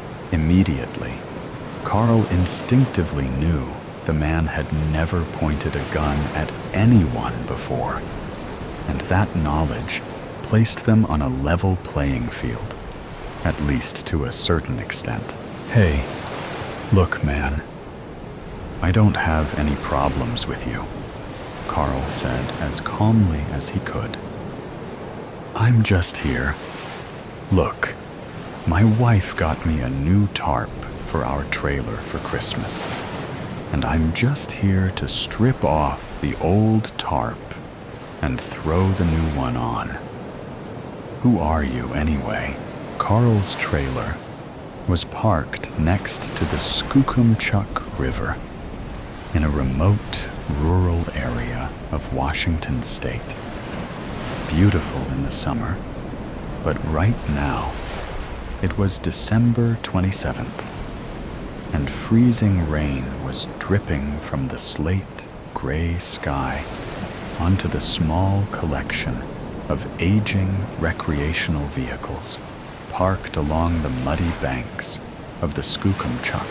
"I got no problems with you either, provided you're not a Fed. Now show me some ID." The armed man was still barking orders, but it was clear that the burst of adrenaline was waning, and his voice had lost its threatening edge. "Quit pointing that gun at me, and let me get my driver's license, okay? What's your name, anyway?" "And what are you doing here?" Carl said, as he showed the man his Oregon driver's license. "You went across state lines, huh? Not a bad idea. Well, shit. I guess we gotta stick together in desperate times anyways, don't we? The name's Victor, but you can call me Vic." "Damn nice to meet you, Carl. Sorry I was less than welcoming, but you know how it is," Vic said, tucking his pistol into his pants and drawing the back of his hand across his nose before offering Carl a manly handshake. "This here's my trailer," Vic said, casting his head toward an RV about 20 feet from Carl's. "Well, technically, it belongs to my Uncle Kevin, but he's too damn old and doesn't truly appreciate the magnitude of the threat." Carl took a deep breath. Suddenly, he felt somewhat restored to his equilibrium. He knew Kevin. Shit. Carl had been parking his trailer in these woods for about 16 years. He was at least casually acquainted with the other campers and fishermen who frequented the site. As Carl internalized the vital information that Vic wasn't just some random lunatic or escaped convict, he said, "Holy hell, Vic. I know old Kev. Known him for years. Wait, the magnitude of... What is this threat you're referring to?" Vic went still, and his hand wandered to his waistband, where the gun was tucked away. He gave Carl a skeptical stare, and then silently assessed their surroundings. The gentle roar of the river was a backdrop for the occasional chirp of a bird. But otherwise, all was silent.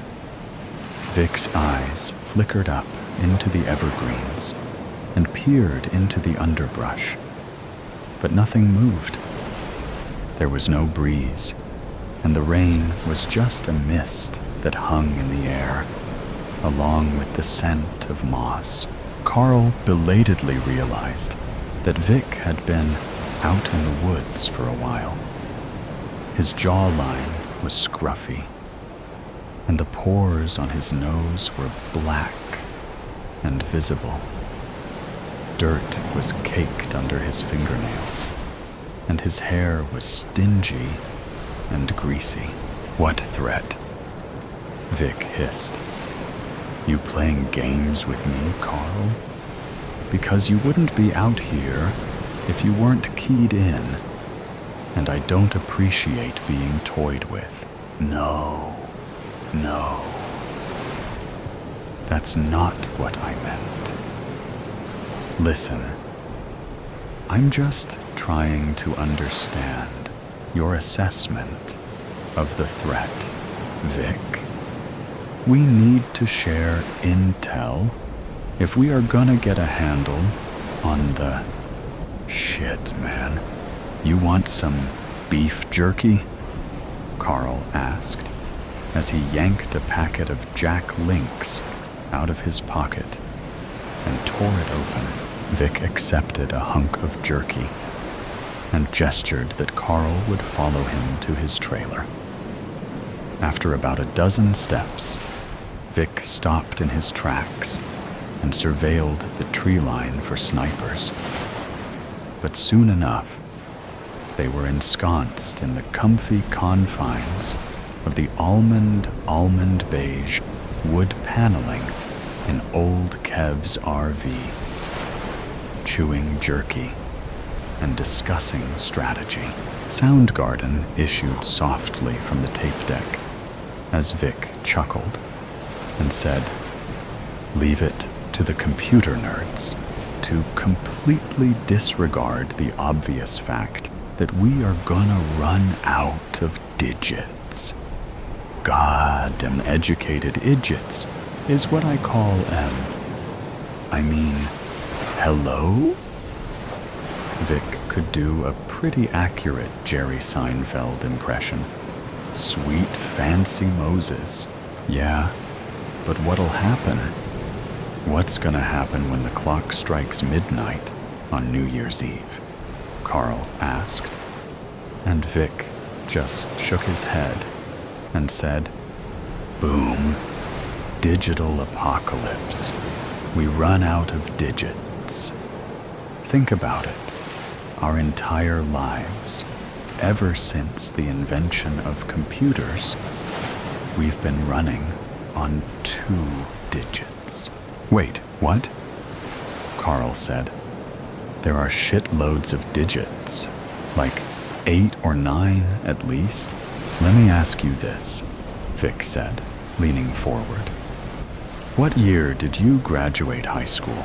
"Class of '94, Carl said. "And the year you were born?" Vic insisted, leaning closer. "'75. What's your point?" Carl said, confused. "My point? My point?" Vic said, locking Carl in his beady gaze. "My point is that when we go from 99 to 2000, boom, digital apocalypse, brah. Nobody has ever thought of the consequences. There are no guardrails in place, no safety net, Carl. Think about it." Realization dawned on Carl as he said, "Vic, how the fuck did you figure all this out? Do you work for the CIA or something?" Vic just chuckled and slowly shook his head. "Ever heard of dial-up internet jabroni? My parents have it in my dad's office in the basement. Let's just say it's not just for email and porn anymore. I've done my own research." "Fuck," Carl muttered, collapsing back into his chair. "Do you think my ATM card will stop working?" "I'm afraid it's much worse than that, amigo," Vic whispered. "It's effectively a Mayan calendar scenario. The end is upon us, and we are gonna need to be prepared." The fucking Mayan calendar?" Carl, suddenly animated, exclaimed as he threw his truck keys to Vic. "All hands on deck, Vic. You are the wheelman. I'll watch your 6. We need to get down to the 7-Eleven before dark, fuel up the rig, and load up on ammunition. 10-4. "Carl," Vic said over his shoulder.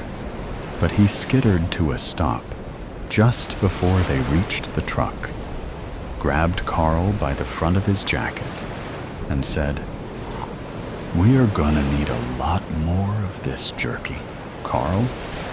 We need to sequester as many more packs of Jack Links as we can. Do you read me? I read you loud and clear, good buddy. Now let's get to gettin'. Clock is tickin', jabroni. Clock is a tickin'. The Flash. You're lucky to be alive, Mr. Henderson." They all told me that. Every doctor, nurse, and specialist that came into my hospital room. God, I remember that much. And they weren't wrong.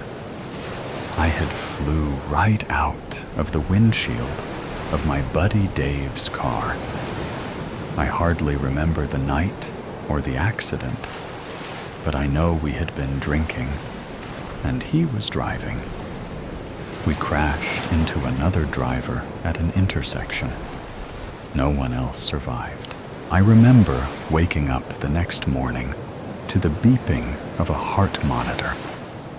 I remember the look on my wife Rachel's face, her eyes swollen and red from crying, and her telling me over and over again how she thought she was going to lose me. She wasn't in the car with us, and I was thankful for that, because that's the day she told me she was pregnant with our first. I truly was lucky to be alive, and I swore up and down to her that day that I was going to be the husband she deserved. We had hardly been married a year at that point, and I had already messed up so much. But that day, I changed. I made it my life goal for Rachel to always know how much I loved and appreciated her. I went out on less guys' nights and let her go out for more girls' nights. I helped clean the house and cooked dinner on days she worked late. When our second child was born, I took time off work to be with her and help her. When a promotion for her meant more hours, I quit my job to stay home with the kids while she built her career. And I loved every minute of it. Watching the kids grow up into people gave me so much joy. I knew how lucky I was. But when Rachel would come home after a long day to a hot meal waiting on the table for her, and hearing her say, "How did I get so lucky, Sean?" Nothing beats that. My family meant the world to me, and anything I could do to make their lives better made me happy. When the kids, Leah and Robbie, got a bit older, and both were in elementary school, I decided it was time for me to go back to work. I took a job in construction, building things with my hands. Work I could be proud of. It paid off too, because over the years, I was able to renovate our own home. It was a slow process, doing it myself, one room at a time. At one point, I was sure Rachel was going to divorce me. When the back patio project took a bit longer than I had anticipated and left us without a back door for a couple weeks. But she sure has enjoyed the backyard since then. Their smiles were all I needed to keep going with these projects. Leah got her own ensuite bathroom for Robbie, a gaming den in the basement, and Rachel had her dream kitchen. 10 years after we bought the house, it looked completely different. I was proud of the life, the family, and the home I had built. I truly was the luckiest man alive. Or so I thought, until the headaches started. The first one happened one evening when I was making dinner. It was just Robbie and I home. Rachel was working late, and Leah was at rehearsals for her high school's play. I was making my famous coq au vin, a dish that took a while to prepare, since I had the extra time. Robbie was sitting at the island doing his homework, so he had to witness the whole thing. I had turned on the oven light so I could take a peek inside, which I guess triggered it. I remember thinking the light was so bright, brighter than usual. And then, nothing. I blacked out. It was only for a couple minutes, but it was enough to spook poor Robbie. I could hear him shouting, "Dad! Dad!" I got up off the floor and reassured him that I was okay. Later, during dinner, when we were discussing what had happened, I could see that Rachel was concerned. She wanted me to go see the doctor, but I insisted I was fine. She made the kids, and I promise that if this ever happened again, we'd call an ambulance, or at least make a doctor's appointment. The second time it happened, it was maybe about 6 weeks later. I was at a job site, and a coworker turned on a floodlight. I could see it getting brighter, and this time I heard a blaring noise, but couldn't make out where it was coming from. Everything went black, and I could hear him shouting my name. He told me I was out for only around 5 or 10 minutes. Again, I insisted I was fine, but my boss gave the rest of the day off anyway and told me to take the following day, too, if I needed it. Not wanting to worry Rachel, I chose not to tell her about it. And like an idiot, I didn't make a doctor's appointment. I went to work the next day and felt great. It was a few months before it happened again. And this time, I couldn't hide it from Rachel, because she was there when it happened. It was late, the kids were in bed, and Rachel and I were in the living room. We had just finished watching a movie, and she got up to turn on the lamp. I could hear her talking about the movie, but I was fixated by the light.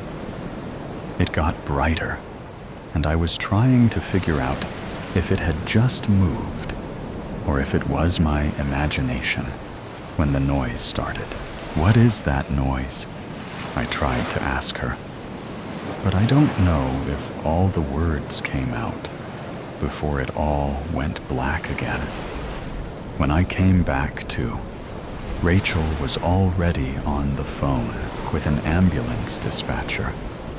I managed to calm her down enough to agree that the ambulance wasn't necessary, on the condition that I would call our doctor the next morning to make an appointment.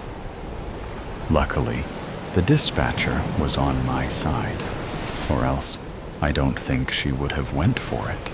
As promised, I called to make an appointment first thing the next morning.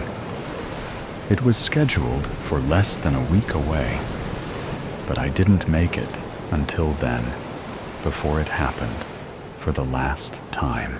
All I remember is waking up in the middle of the road and not being able to see anything except bright headlights from a car.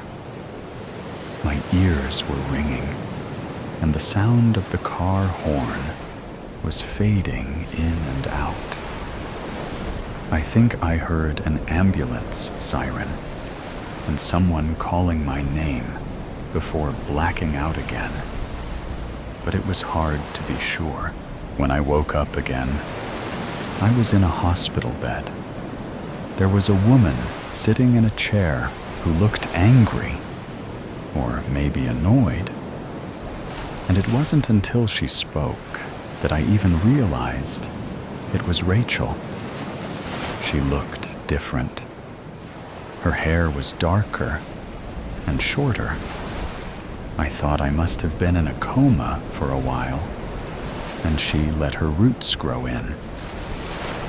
"Welcome back," she told me, but her welcome didn't sound warm. I asked her if I had been in a coma, and she laughed a little before quickly suppressing it. "No, Sean, you were not in a coma." "Ah, Mr. Henderson, there you are." A nurse bustled into the room. "I hope you'll stay with us this time." "What?" I looked at Rachel, who just stared at me, emotionless. "You've been in and out, mostly out, of consciousness for a few hours now," the nurse explained. "Your wife is a lucky lady to still have you here. The luckiest girl alive," Rachel responded, deadpanned. The nurse didn't seem to notice Rachel's lack of enthusiasm and went on to tell me that there were no broken bones or anything major beyond some bruising, and I could likely go home the following morning. Going home is when things really started to not make sense. For one, none of the renovations were done. It was like it was when we first bought it, which prompted me to ask Rachel if I had a job. "You're joking, right?" She laughed, but didn't answer the question. I was starting to wonder if I had somehow traveled back in time, but my hypothesis was debunked when Robbie came in the front door.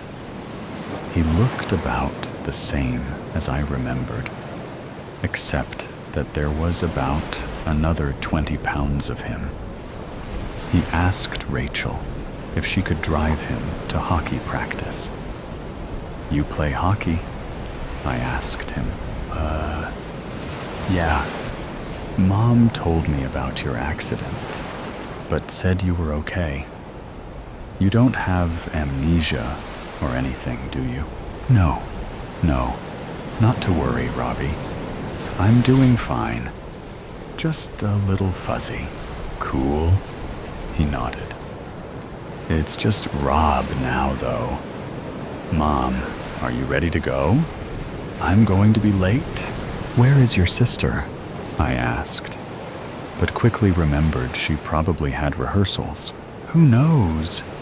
Rachel sighed. "Probably off with that scumbag boyfriend of hers again. I hate that kid's face. He's such a loser. I don't know what she even sees in him." "Let's go, Rob. Boyfriend.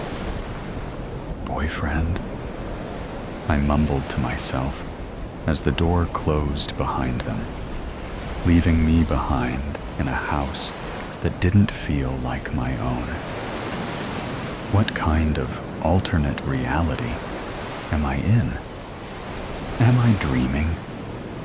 Is this a prank?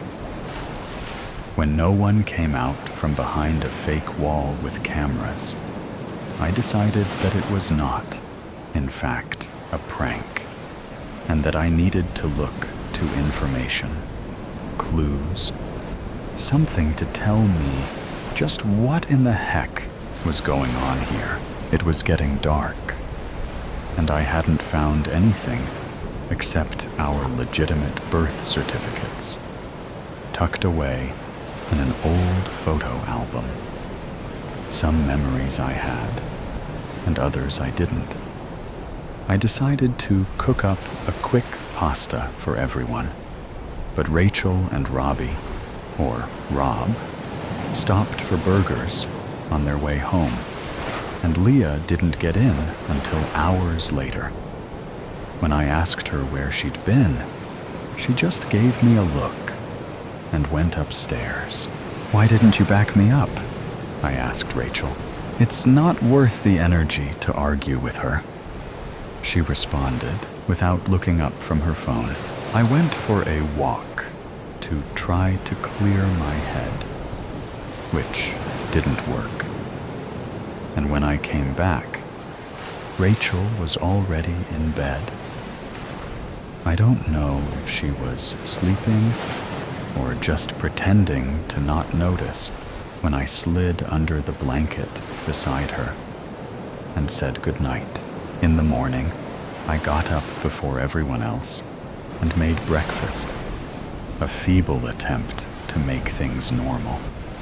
Robbie, or Rob, was the only one who seemed to appreciate it. "Oh, sweet," he said, loading a plate with enough bacon, eggs, and pancakes to feed an orphanage. Leah nibbled on a piece of toast, and Rachel just sipped her coffee, looking unimpressed. "Okay, off to school. I can't drive you today. I have a meeting." Again, Mom," Leah whined. "I hate public transit. People who take the bus are disgusting. If you want me to take you, then we have to leave now." "I can take you," I offered, feeling semi-confident in my ability to drive during my current confused state. How are you going to drive if Mom has the car?" She narrowed her eyes at me. I hadn't given any thought about whether I still had my truck. Trying to ignore her attitude, I changed the subject. "So, when is your play?" I didn't miss it, did I? "What play?" "The one you're in at school." "What is it again? Annie? Or was that last year?" "It's Matilda this year, right?" "Oh, you mean the school's stupid play?" "I know you, like hit your head or whatever. But you seriously thought I'm one of those theater nerd kids?" She tossed her half-eaten toast on the table and walked away. "I'll be in the car." "Good one, Dad," Rob B. said, shoveling the rest of what was on his plate into his mouth with a fork. "You get in the car, too," Rachel told him, pouring her coffee into a travel mug. Rob B. grabbed his backpack and headed out. "Wait," I called after Rachel before she left the room. "What is happening here? Everything is different, but no one else seems to think so, and you don't even seem upset that I was just in an accident." She rolled her eyes. "Upset? I was upset the first time, Sean. But I'm on to you now. If you want to leave this family, then do it. But don't tell me that I'm the one who's different. And for God's sake, don't be such a coward." "What are you talking about?" Now I was really confused. "What do you mean the first time? When I was in the accident with Dave, before the kids." "You weren't in an accident before the kids were born." "Oh my God, I can't do this again. Right now, I'm going to be late." She turned to leave, but I grabbed her arm. "Tell me," I demanded. "You really don't remember?" She scoffed. I loosened my grip, and she jerked away from me. "A couple months ago, you started talking about going back and drove our car into a tree seemed like an accident at the time. But now I can see you were really trying to off yourself. Pretty sure that's what this is all about now, too. I just blinked at her. I didn't know what to say or think. She straightened her jacket and lifted her purse over her shoulder. Look, Sean, I don't know what's going on with you. And frankly, I just don't have the energy anymore. You need to get help. You think you aren't where you're supposed to be. And I get that. I do. But you have to accept that this is your life, and it's what you make it. She sighed heavily, and I could feel her exasperation. I don't want you here anymore, she continued. Please pack your things up. I have a really long day today, and I don't want to see you here when I get home. I don't care where you go. I don't care if you kill yourself. I just want you gone. And that was it. Just like that, she walked out the door. I heard the car start and drive away. I stood there. I don't know for how long, trying to process what little information I had from that brief interaction. I couldn't make heads or tails of any of it, but I knew one thing for certain. I had to get back to Rachel, and my family. A price to pay. I should have known better. As cliché as it sounds, nothing in life is ever free. It all started with my dream trip. We were bouncing down the streets in the French Quarter to the tune of live horns blaring and drums pounding, forcing this mystical string of rhythm that shivered up from my toes to my hips. I had over-elaborated in mixed spirits with colors of red, orange, and green, doused in crushed ice. I had saved up an entire year for 3 whole days of fun. The ultimate girl trip. Now here I was, trapped in this padded room, all by my lonesome. It's better this way for everyone, at least in my opinion. Now back to how I got here. I digress. I promise it will make sense later on. Anyways, we were partying with all the other thrill seekers. The weather was perfect. I mean, it was hot, but that's what you want in July in New Orleans. Hot, humid, and rainless. Everybody was spreading Southern love. Gold, silver, purple, and green beaded necklaces rained down like candy from a kid's piñata. It didn't matter if you raised your top or not. The love for tourists was overflowing. The street vendors were making their rounds as well, so quick and elegant, with the words that rolled off their tongue. It was like they were singing you a nighttime lullaby, weaving a spell of sweet nothings and joy. Little did I know, that is exactly what they were doing. I have never thought of myself as an overly superstitious person.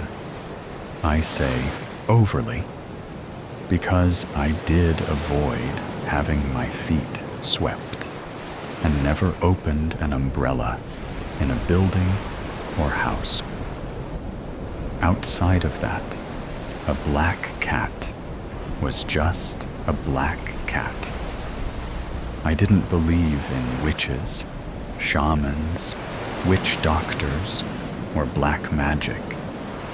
I understood the undertones of voodooism in the bayous of Louisiana. I took a mythology class during my undergraduate studies. I even did a research paper on it. I knew a good story when I heard one. And that is exactly what they were. Stories. I digress.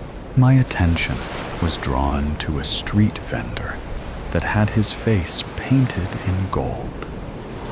He had on a jester hat decorated in colors of purple and silver.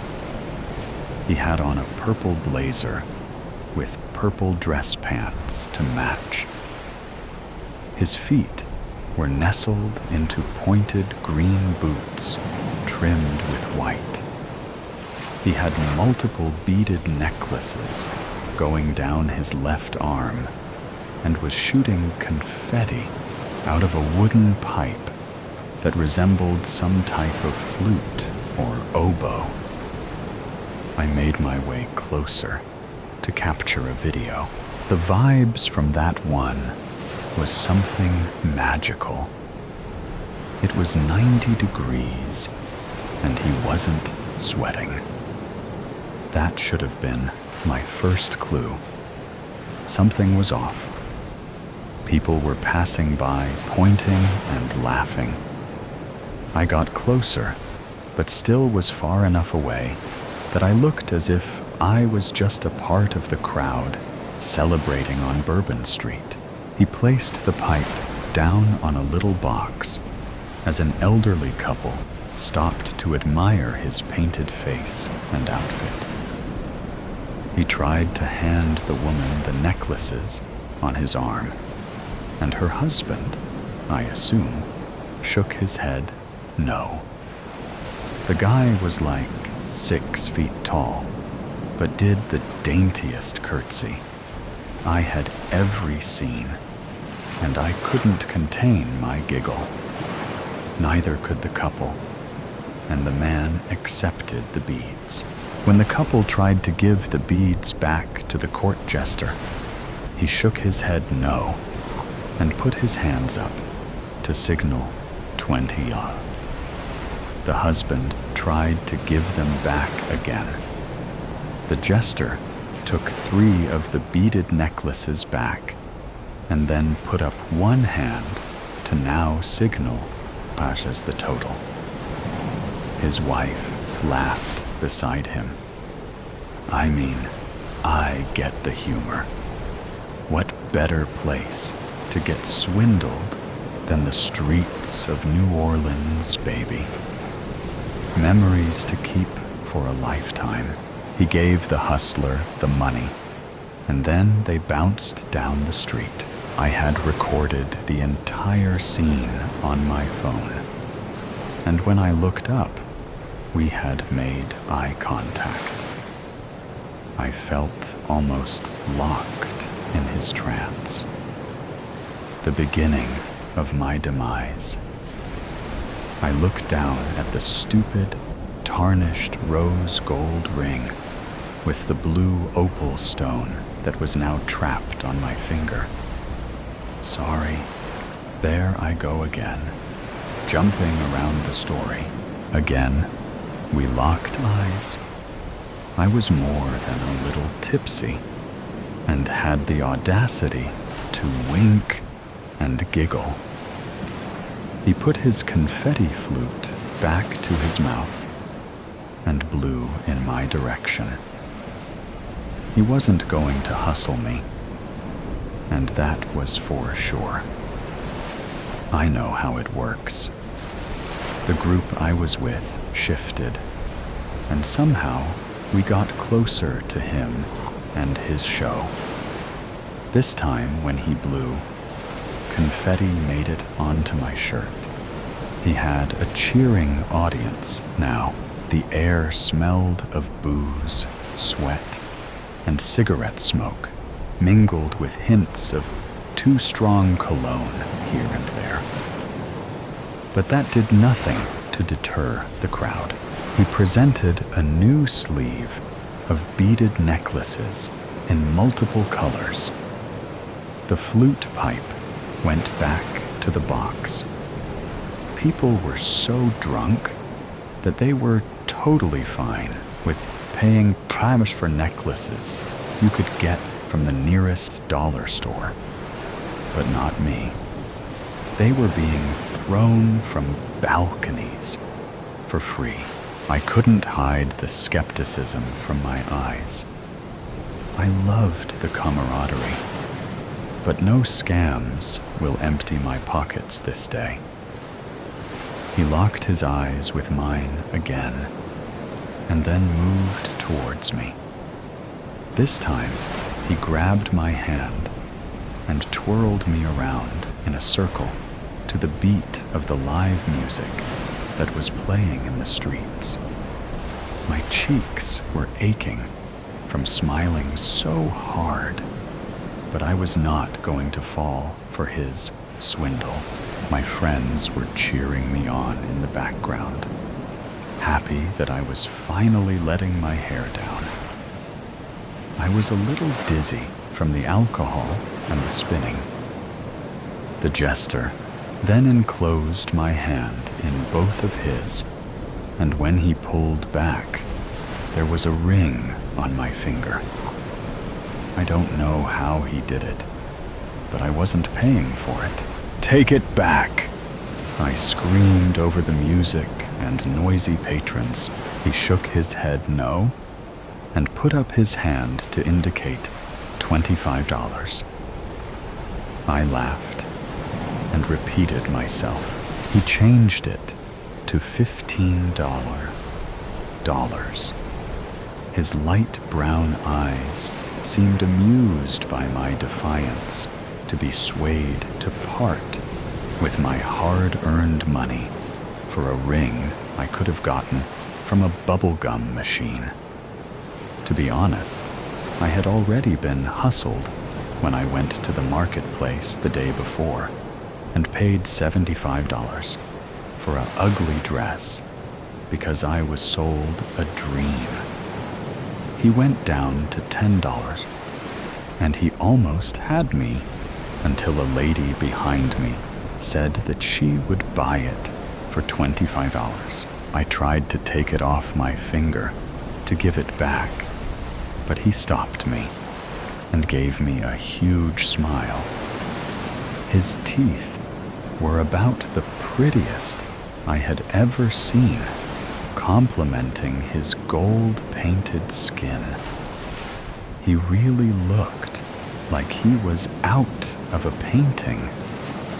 He had a broad nose, and he had a set of long lashes that any woman would be jealous of. A handsome fellow, he definitely was. Again, not a bead of sweat, and his skin was flawless. He nodded, and then pressed his lips to the back of my ringed hand before shaking his head at the woman, and spoke. "This here trinket is for the one who doubts the ways of the bayou. She has been chosen," and then gave her a beaded necklace instead.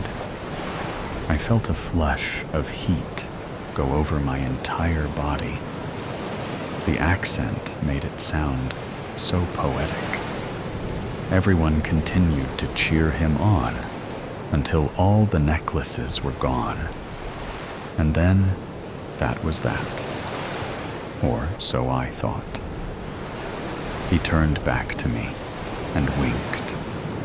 As we all dispersed, my party and I made our way down to the end of Bourbon Street. And when it was time to go back up, I tried to take the ring off my finger to give it back, but I couldn't get it off. In theory, the good things, when we came back to his area of business, he was gone. Little did I realize then that he meant what he said when I was chosen. All that was left in his spot was an empty box and pieces of confetti that littered where he once stood. No matter how many times I replayed it in my mind, I still can't figure out the pivotal moment when I chose my fate. Or better yet, my fate was chosen for me. Why me? No matter how hard I tried, I couldn't get this stupid ring to come off. At the time, I thought it was all of the salty food and alcohol I consumed on the trip. But when we made it back home, it was still glued to my ring finger. Of all the fingers he could have put it on, it had to be the one that indicated I was taken out of the marital market. Like I said before, I have never been an overly superstitious person. My beliefs are my beliefs. When the first dream hit me, I thought it was just a coincidence. I had a dream that I was drowning. The golden man with the perfect teeth was looking down at me from a black boat, smiling. Instead of beaded necklaces on his arm, he was holding a funeral wreath with a name I recognized on it. The odds, right? Or at least, that is what I thought, until 3 months later, the person actually passed away in a boating accident. The dreams continued.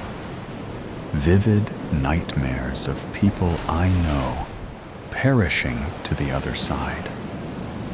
Every dream turned into some kind of forewarning of what was to come. Always him, always a new funeral wreath, always the smile. The creep worked some kind of black magic on me when he gave me his ring. I tried telling my friends and family that we were entertained the Grim Reaper himself, and he was punishing me with these visions because I wouldn't fall for his con. Everything has a price, even entertainment. I didn't even know I was giving up anything. I guess I got swindled after all. The group that went with me had no recollection of the gold-painted man with a jester hat on his head.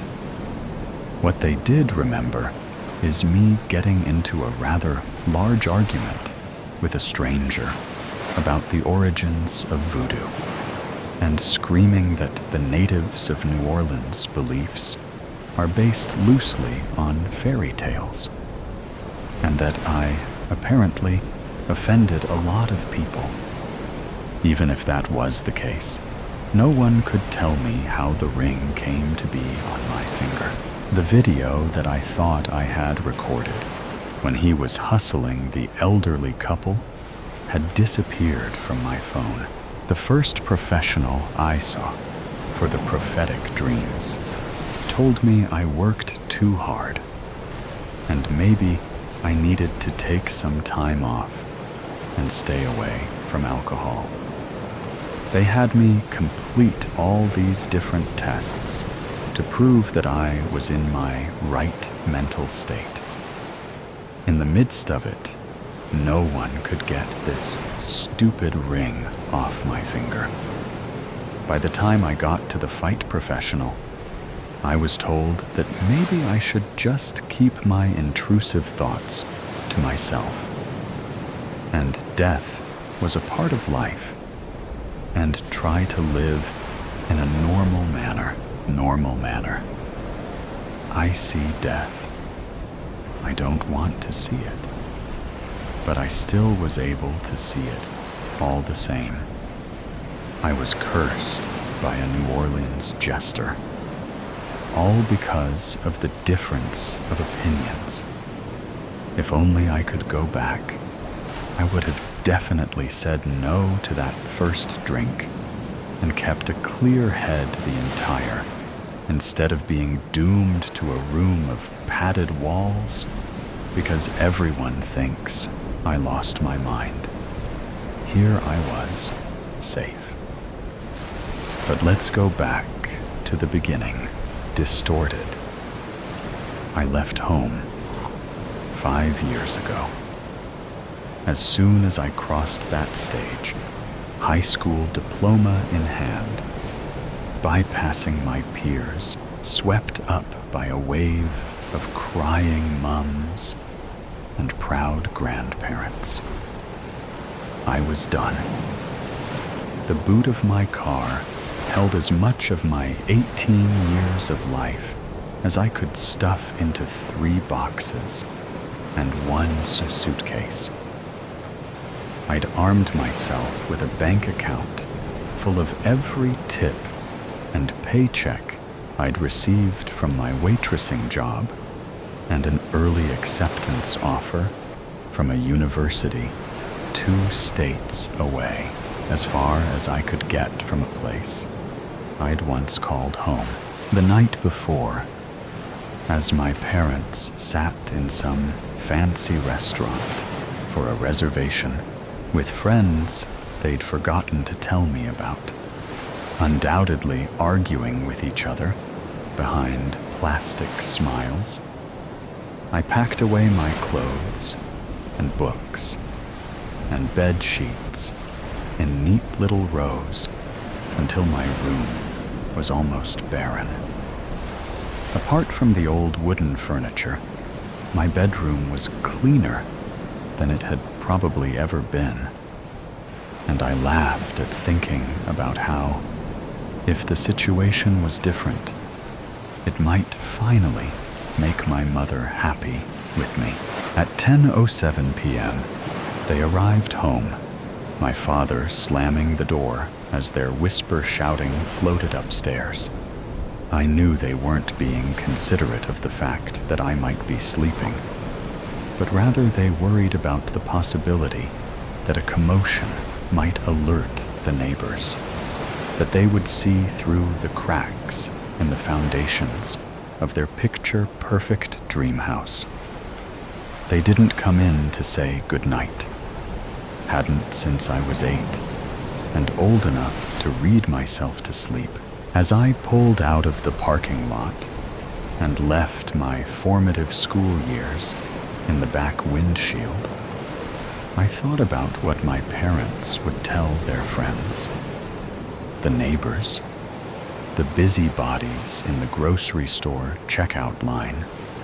Would they lie and tell everyone I had accepted a scholarship for some prestigious university overseas?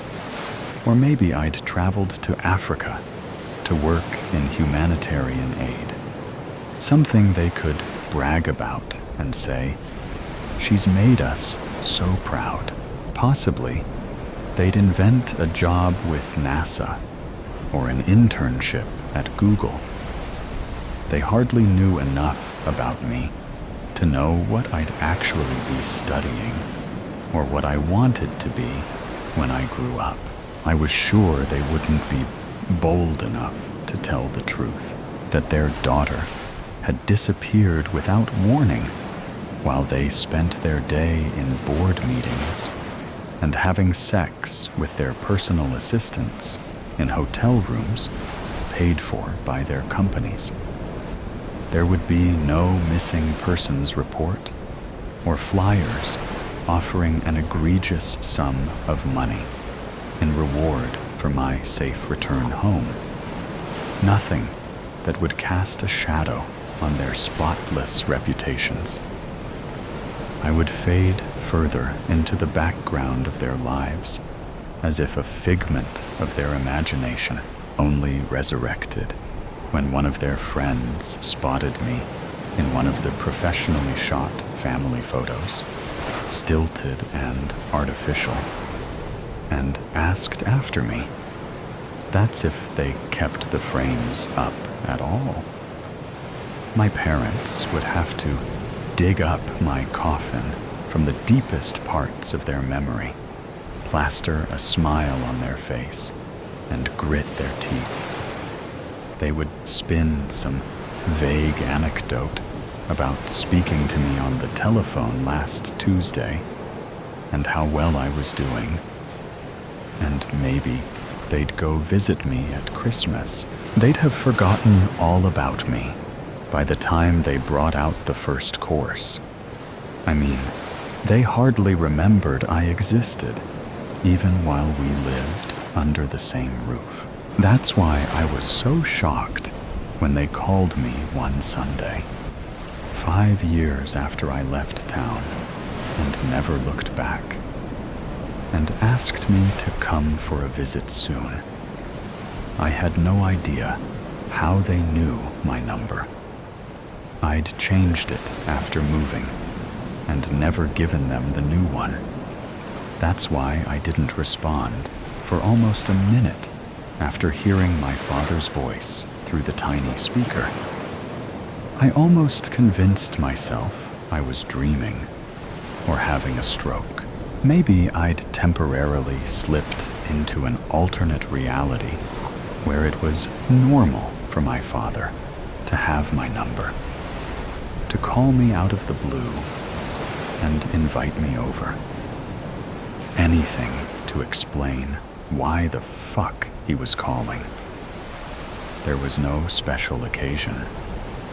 Nobody was sick and dying. And there was no upcoming birthday to celebrate. They just wanted to see how I was doing and make amends. They missed me, they said, through the crackling of the landline. I wondered if they had finally snapped and gone crazy, if they'd learned a sense of humor and this was some kind of prank. Or perhaps they had early onset dementia and had forgotten that I had never been much more than a roommate they had complained about having to spend their hard-earned money on. I told them I would think about it and immediately hung up. I spent the next 2 days trying to forget about it altogether until I came home from work to a letter in my mailbox, a one-way ticket dated 2 weeks from then, set to arrive at the airport an hour out from the town I grew up in. On the front of the envelope, my address, written in my mother's sloping, elegant handwriting. Nausea settled in the pit of my belly. How did they know my address? I'd not kept in contact with a single person from my childhood. The hairs on the back of my neck tingled as the growing sense of being watched settled into my skin. Then a thought popped into my head. Had they known the whole time? Had they known where I was all these years and never bothered to reach out? Suddenly, I was 12 again and realizing my parents were never going to care about me the way the kids at school were cared for. This confirmed what I had always known. I was alone in this world. It took some deliberating, but I decided I would go. I would see what it was they wanted from me, and if they really had changed. I told myself I wouldn't give in to whatever manipulation tactics they might pull. I would be strong and remain distant. And when it was done, I would demand that they never contact me again. Even still, my bones were heavy with paranoia the following weeks. I elected to hire a rental car to drive from the airport to their house. There was no way I'd give my parents the satisfaction of driving me, of having any modicum of control over me once more. And this way, if I needed to leave, I wouldn't be forced to wait 20 minutes for a taxi. I parked on the street.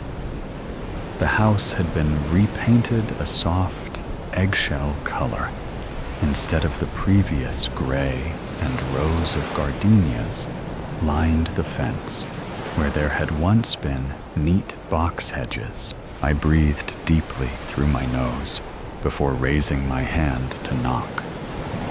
My mother pulled the door open as my fist made contact with the wood, causing me to stumble back. She must have been watching me from the window, waiting. She was smiling. That was strange in its own right, but it was weirder because I knew it wasn't my mother's smile. Her smile never reached her eyes. She would never do anything that would cause lines to form on her face. Her smile always gave you the sense that she was laughing at you rather than with you, pitying you. My mother did not smile, but when she did, it was always forced. This was a genuine smile. It was happy. I felt immediately that something was deeply wrong. A shiver ran through my spine. There was something wrong about her face. It was fuzzy around the edges, as if she was wearing a mask. I rubbed at my eyes with closed fists, trying to clear my vision, but the effect remained. I figured I was tired from my flight, but the closer I inspected her, the clearer it became that something was off. It looked as if someone had tried to draw her face as accurately as possible after taking a long glance at a picture of it. My mother reached towards me with outstretched arms and drew me into an embrace. I stood stiffly, with my arms by my side, trying and failing to remember when she had last hugged me. Surely at some point in my childhood. Definitely not after the age of 10. She invited me inside. This house was nothing like the one I'd left. Cold and sparse, decorated as if a model home. It was warm and filled with color and light. I wondered if somehow my memories of my horrible, lonely childhood had managed to warp my recollection of the house itself. But I knew that wasn't right. This new hallway was illuminated by a warm glow, and funky paintings hung from the walls. The dining table was set with a red gingham tablecloth that my mother would have called tacky, and a vase of sunflowers. In the kitchen, my father took a large tray out of the oven before pausing to take a long pull from the neck of a beer bottle. I had never seen my father drink beer before. He used to say it was the common man's drink, and that real men drank whiskey. He turned to say hello, and where his face had once been clean-shaven and professional, stubble grew freely. Like my mother, something was off, and it wasn't just the facial hair. His nose was smaller than I remembered. Eyes just a fraction too far apart. From afar, or at a passing glance, it was the man I'd grown up with. But as he stepped closer to greet me, his features shifted. It was like looking at an optical illusion, and when I changed my gaze, the true image would slip into place. They watched me. To anyone else, it might seem they were worried, for I hadn't said a word since my mother opened the door. But I could see it in their eyes, the suspicion. They were wondering if I'd noticed, waiting for me to say something. I stuttered out empty platitudes about being happy to see them, and they shuffled me over to sit at the table. Dinner was pistachio-encrusted chicken breast served with a peach and goat cheese salad.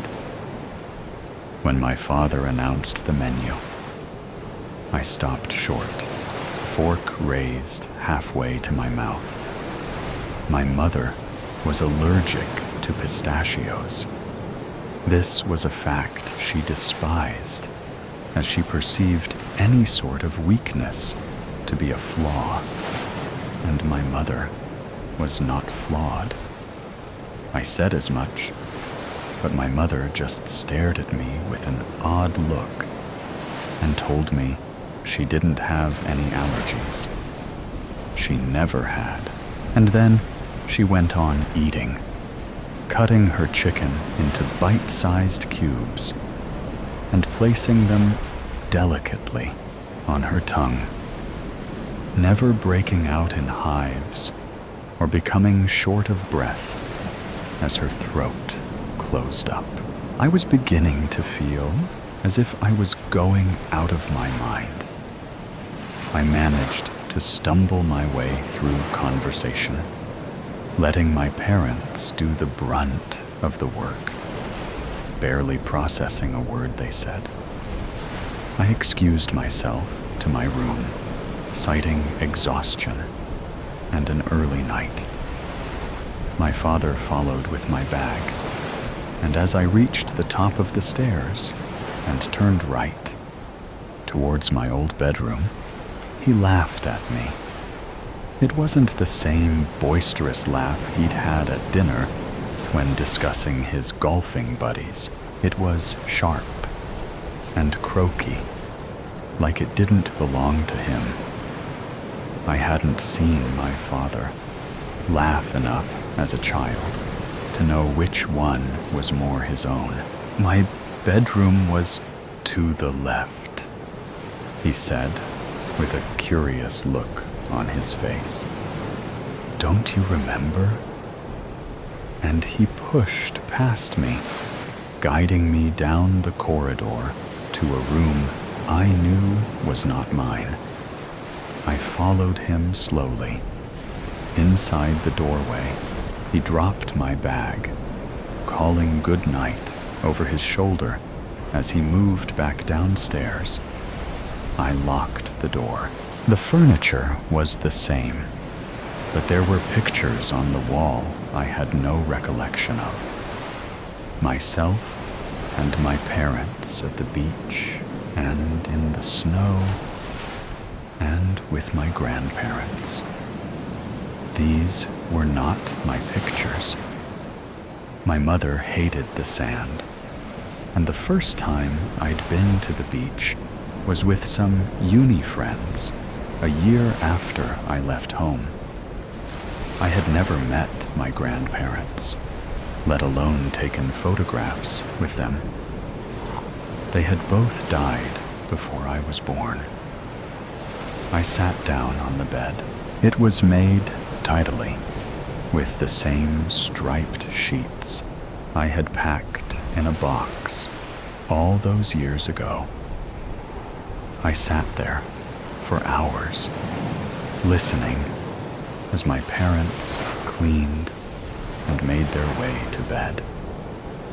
When I was sure they were sleeping, I slipped out the door and into the rental car. As I drove to the airport, heart racing against my rib cage, I knew one thing for sure. I was certain that those people were not my parents. So today's story has come to an end. Or perhaps it never really ended. There are mysteries still there, questions still unanswered, and sometimes things that seem to only exist in stories can creep into reality in unexpected ways. Are you sure that when you turn off the sound, everything around you will still be normal as before? Or is there something watching you? Either way, always remember that these are just stories, or at least we want to believe that they are.